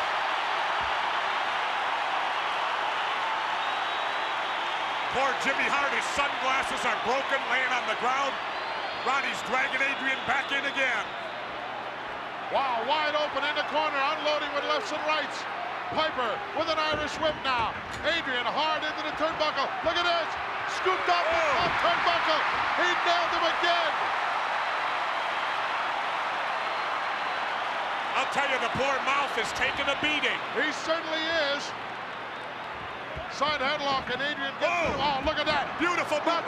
Hey, what do you mean Jimmy Hart has every reason to do that after the way that Piper's manhandled him. Reached right up and scooped the leg out from underneath Rowdy Piper. He took a header right down into the canvas. Look out. Good night, Irene, perhaps, coming up. This could be it. It could be bye-bye to Rowdy's hair. Adrian Adonis definitely in control. Irish whip and look out. Whoa, what a shot. You can hear that one all the way up here. Got all 300 pounds plus behind it. I'll tell you, they beat on that Mouth of the South, and he's still running around out there, Jay. Hey, you got to give the little guy credit. He's pretty tough, Monsoon. I bet he could take Euchre. Well, I'd buy a ticket to see that one. Roddy just about out of this, doesn't have a clue where he is. Big Adrian needs to set him up for Goodnight Irene, put him to sleep, and maybe shave his head. Pushed him outside the ring and comes right out after him with a handful of hair.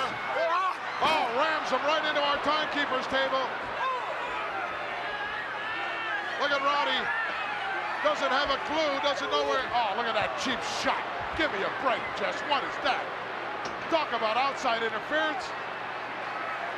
As we look at the former partner of Jesse the Body Ventura. I got a new tag team I'm grooming. Now, would you like to enlighten me? Yeah, the Berry team, Braverman and Bloom out in L.A. Adrian Adonis in control of this one right now. Referee screaming at him, but doesn't seem to be doing much good. You got to count, not scream. Adrian needs to hook Irene, and Piper's calling for him. Piper saying, come and get me, come and get me. I got to give him credit. Rowdy's fighting like I've never seen him fight before. Piper reaching down for something deep down inside. That adrenaline, that extra. Oh, what is that? Oh, the mouth swirls. Whatever that horrible substance is, Sleeper. right into the face. Our Goodnight Irene is on. Right in the center of the ring. This could be it. Rowdy's fighting it. He pulled him over, but still didn't make him turn it loose. No. Adrian Adonis, of course, in that position. All that body weight's not helping him, Jess. It's not, but he's still got that sleeper hold. He's hanging on to Goodnight Irene, and Piper may go down. Now he's got it up where it belongs. Rowdy's really paying now, but he's still fighting it. Ramming Adrian back into the corner, but not enough behind it to make him break the hold. Not enough force behind it. Not enough. A second time, as Jimmy's got the Clippers. Jimmy Hart anticipating victory. Sensing victory. Jimmy's got the Clippers. Rowdy's going down. Rowdy is definitely down and just about out of this one. The last hurrah, how sad it is. Referee checking the arm. It dropped once. It dropped twice. Adrian turned it loose. The arm did not drop the third time. No. Look at that arm.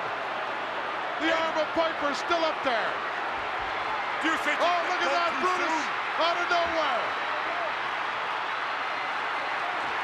Bringing Piper back to life, back to reality. And Rowdy unloads on the mount. Adrian just nailed himself with those Clippers. Look at that. Oh my, I can't believe this. Adonis had the match won. He let go of the sleeper too soon. Right in the middle of the ring. Rowdy with the sleeper. And it's Adrian who's fading fast. Look at the lights are going out. And Beefcake's chasing hard outside the ring. Brutus Beefcake came out of nowhere. That's it. Adonis is asleep. The adorable one has been put out, and the victor, Rowdy Piper. I love it. Look at Brudai handing the shears to Rowdy. Look at the mouth, he's ecstatic. Well, you can't blame the mouth. Well, he literally did everything in his power to make it go his way, Jess. Look at this. There comes the Goldilocks. As the Clippers being put to good use by Brutus Beefcake. Look at this, and now they're roughing up the poor mouth. They're just going to keep him out of there while this haircut job is being done by Brutus Beefcake. We're going to see a cue ball, Adrian Adonis. I believe Humpty Dumpty is getting ready to take a great fall. Obviously taking great pleasure in doing this, Brutus Beefcake. Adrian still out of it, and the mouth of the South being held down by Rowdy Piper. Look at the look on the face of the Rowdy. I got to tell you, Gorilla, I think Piper was lucky. Adrian had him knocked down. I think it was a slow decision on the part of referee Dave Hebner. Piper was out. Beefcake come in illegally. I don't see it that way, Jess. It was a big mistake on the part of your former partner. Didn't wait till he put the guy out completely. A little bit preoccupied with wanting to cut the hair of Rowdy. And he's paying for it right now. And look at Piper's throwing hair out to the fans here. The 93,000 or whatever here at the Silverdome. Just about out of it. Look at that. Roddy with some Goldilocks. As Brutus Beefcake took great pleasure in doing that to the adorable one. And Roddy with the mirror. He wants Adrian to take a look. Look at this. Ooh, Adonis hit the mirror. Look at this. Adonis hot. Goes after Roddy Wiley, and Roddy out of there. They can't catch up to him. Look at Roddy's having a good time. Leaving in shame and disgust the adorable one, Adrian Adonis, along with the Colonel, the Mouth of the South. They certainly learned a lesson here in WrestleMania 3. Standing ovation for Roddy Piper. Ladies and gentlemen, the winner in his farewell match, Roddy Piper. Listen to that. Could you think of a better way of going out, Jess? Well, Roddy Piper won the match, Gorilla. I feel it was definitely a fluke. I feel it was a fluke. Adonis had him beat. Referee Dave Hebner slow in declaring him the winner, and then Beefcake coming and illegally interfering. Well, that's the way you saw it. I saw it a little bit differently. As your former partner made a mistake, a big one, and gave this guy the farewell going away present that he truly deserves. You're looking at a true champion in Roddy Piper. The last time we will ever see him inside the squared circle. Standing ovation by this 90,000 plus on hand here in the Silverdome. This is my son, Colt. Colt, I want you to say it's an honor to be in Memphis, Tennessee. It's an honor to be in Memphis, Tennessee. Chip off the old block. You know, folks, I've been on the road my whole life. I'm gonna wind this up. Been on the road my whole life. You need a license to hunt in this world. You need a license to fish. But any jerk can have a baby. Takes a man to be a father. It's time that I grew up and become a man. I got 6 kids at home, and I appreciate the title shot, but no thank you. I got nothing to prove. Wait a minute. He said no. I apologize for this. Oh, and his son's in the ring. His son is in the ring. Let's get him out of there right now. Roddy, get out of there now. Come back later. Get the kid out of there. What did I say? Piper said no. He said no. Well, you know, he's right. He has nothing to prove.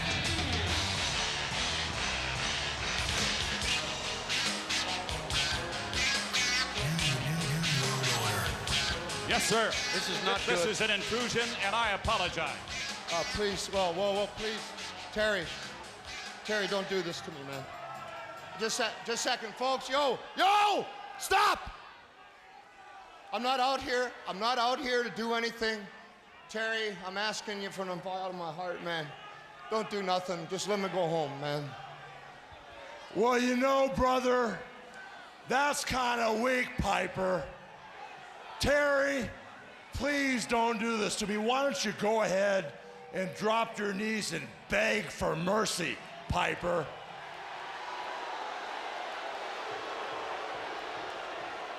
You, claiming to be the icon, one second, had a chance at the NWO heavyweight title, but because you're so humble, because you fought all your life to get where you're at, the one thing you've never been, Piper, is a world's heavyweight champion. And let me tell you something, my friend. Bringing family out here, bringing your boy out here, don't tell me that you don't know what you're doing. You people better shut up, or something real bad might happen.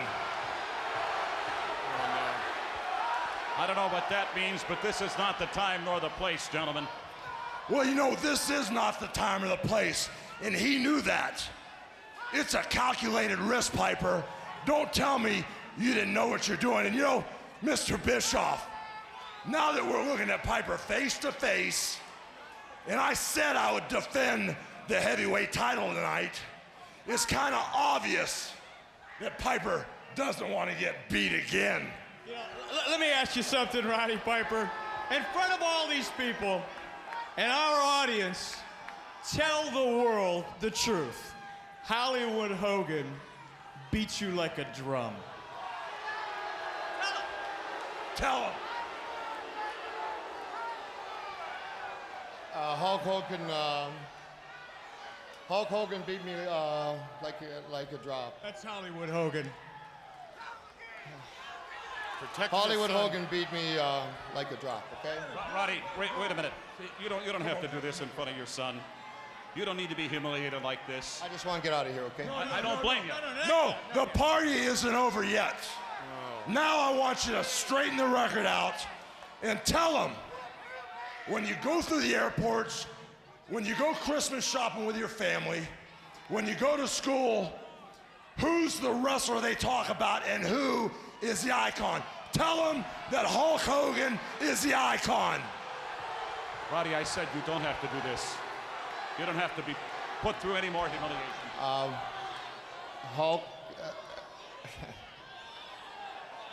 Hulk Hogan is the icon, okay? Does that make you happy, man? You know what? It feels good to tell the truth, doesn't it? Hey, now that this is out in the air, brother, I said I would wrestle you tonight. You got a buffer, a smoke screen, and the bottom line is this. I'm done with you. You talk about the Green Bay Packers? This is Green Bay right here. And my friend, calling you a coward is one thing. Saying you're yellow is another. But when it comes to maybe letting a seat belt hold you back, or maybe hiding behind a woman or a kilt, you, my friend, don't deserve to be called a coward. You, my friend, have sunk to the depths of humanity. You make me sick because you're hiding behind a kid. So why don't you just pack it up and get out of my sport now that you've admitted I'm the greatest, and get out of my face. Roddy, I don't blame you. To come out here on a television show, popularity, the magnitude as this one, and then to be verbally dressed down in front of his own son. I can't help but believe this is one of the most reprehensible things I have ever seen, Roddy Piper. I'm real sorry. Okay? Go get him, Dad. Okay, Dad. Young man is crying.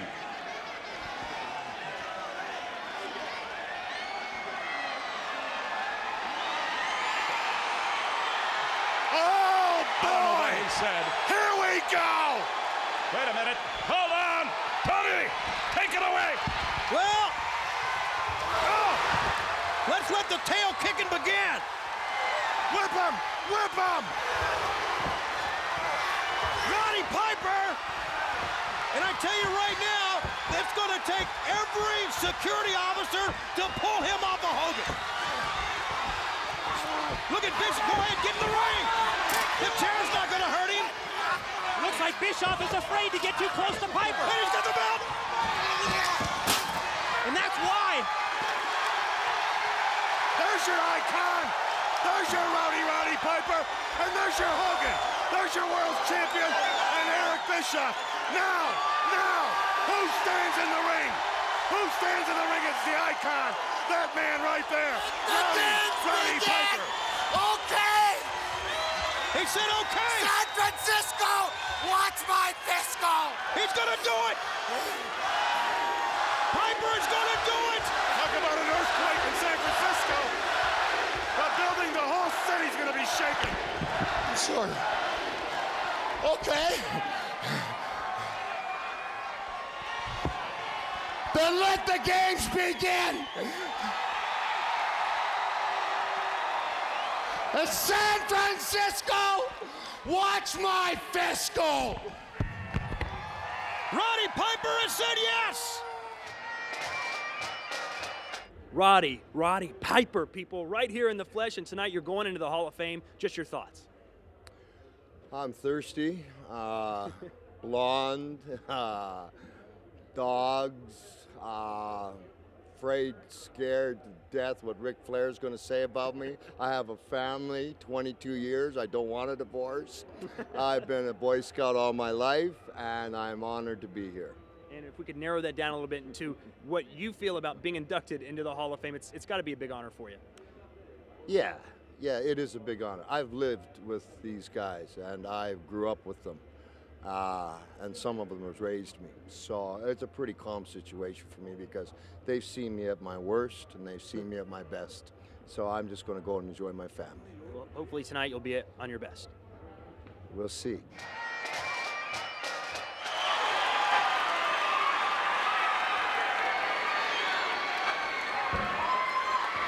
One fella draw this for me. His name is Bill Dara. I'm not used to getting presents, but I thought it was a nice thing.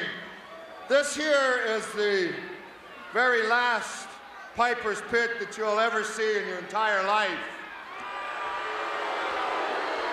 I'd like you to listen to me for a second. You know, first of all, we got all these TV cameras here. I'm kind of interested in the people in the arena, too, you know. How y'all doing? I want to tell you something.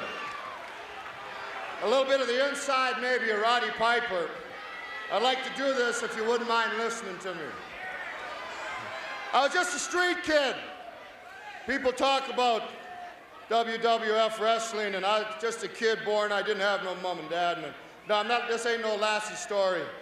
I grew up, and if it wasn't for WWF and professional wrestling, I'll probably be in jail someplace, man.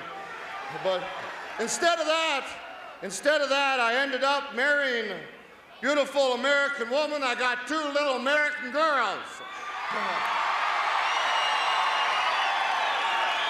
I've been stabbed 3 times. I've been shot at. Went down twice in an airplane. It didn't bother me or make me want to retire. I got a little girl 4 years old. Some days I go on the road for 50 days at a time. Last time, a little girl grabbed me around the leg and she was crying and she asked me not to go anymore. And I can handle anything. You can shoot me, you can stab me, you can spit at me, but I ain't gonna let them go without a daddy like myself, man. And they're gonna be raised Americans, and they're gonna be raised damn good Americans. I'm not an American. I'm here on a green card. But I'm proud of this country because they let a jerk like me come in and do whatever the hell I want to do for as long as I could. And you gotta admit, when I was well, I was hell, man. And I had you all rocking for as many years. When you come to see me fight, you got your money's worth. I never surrendered, and I never retreated from nothing.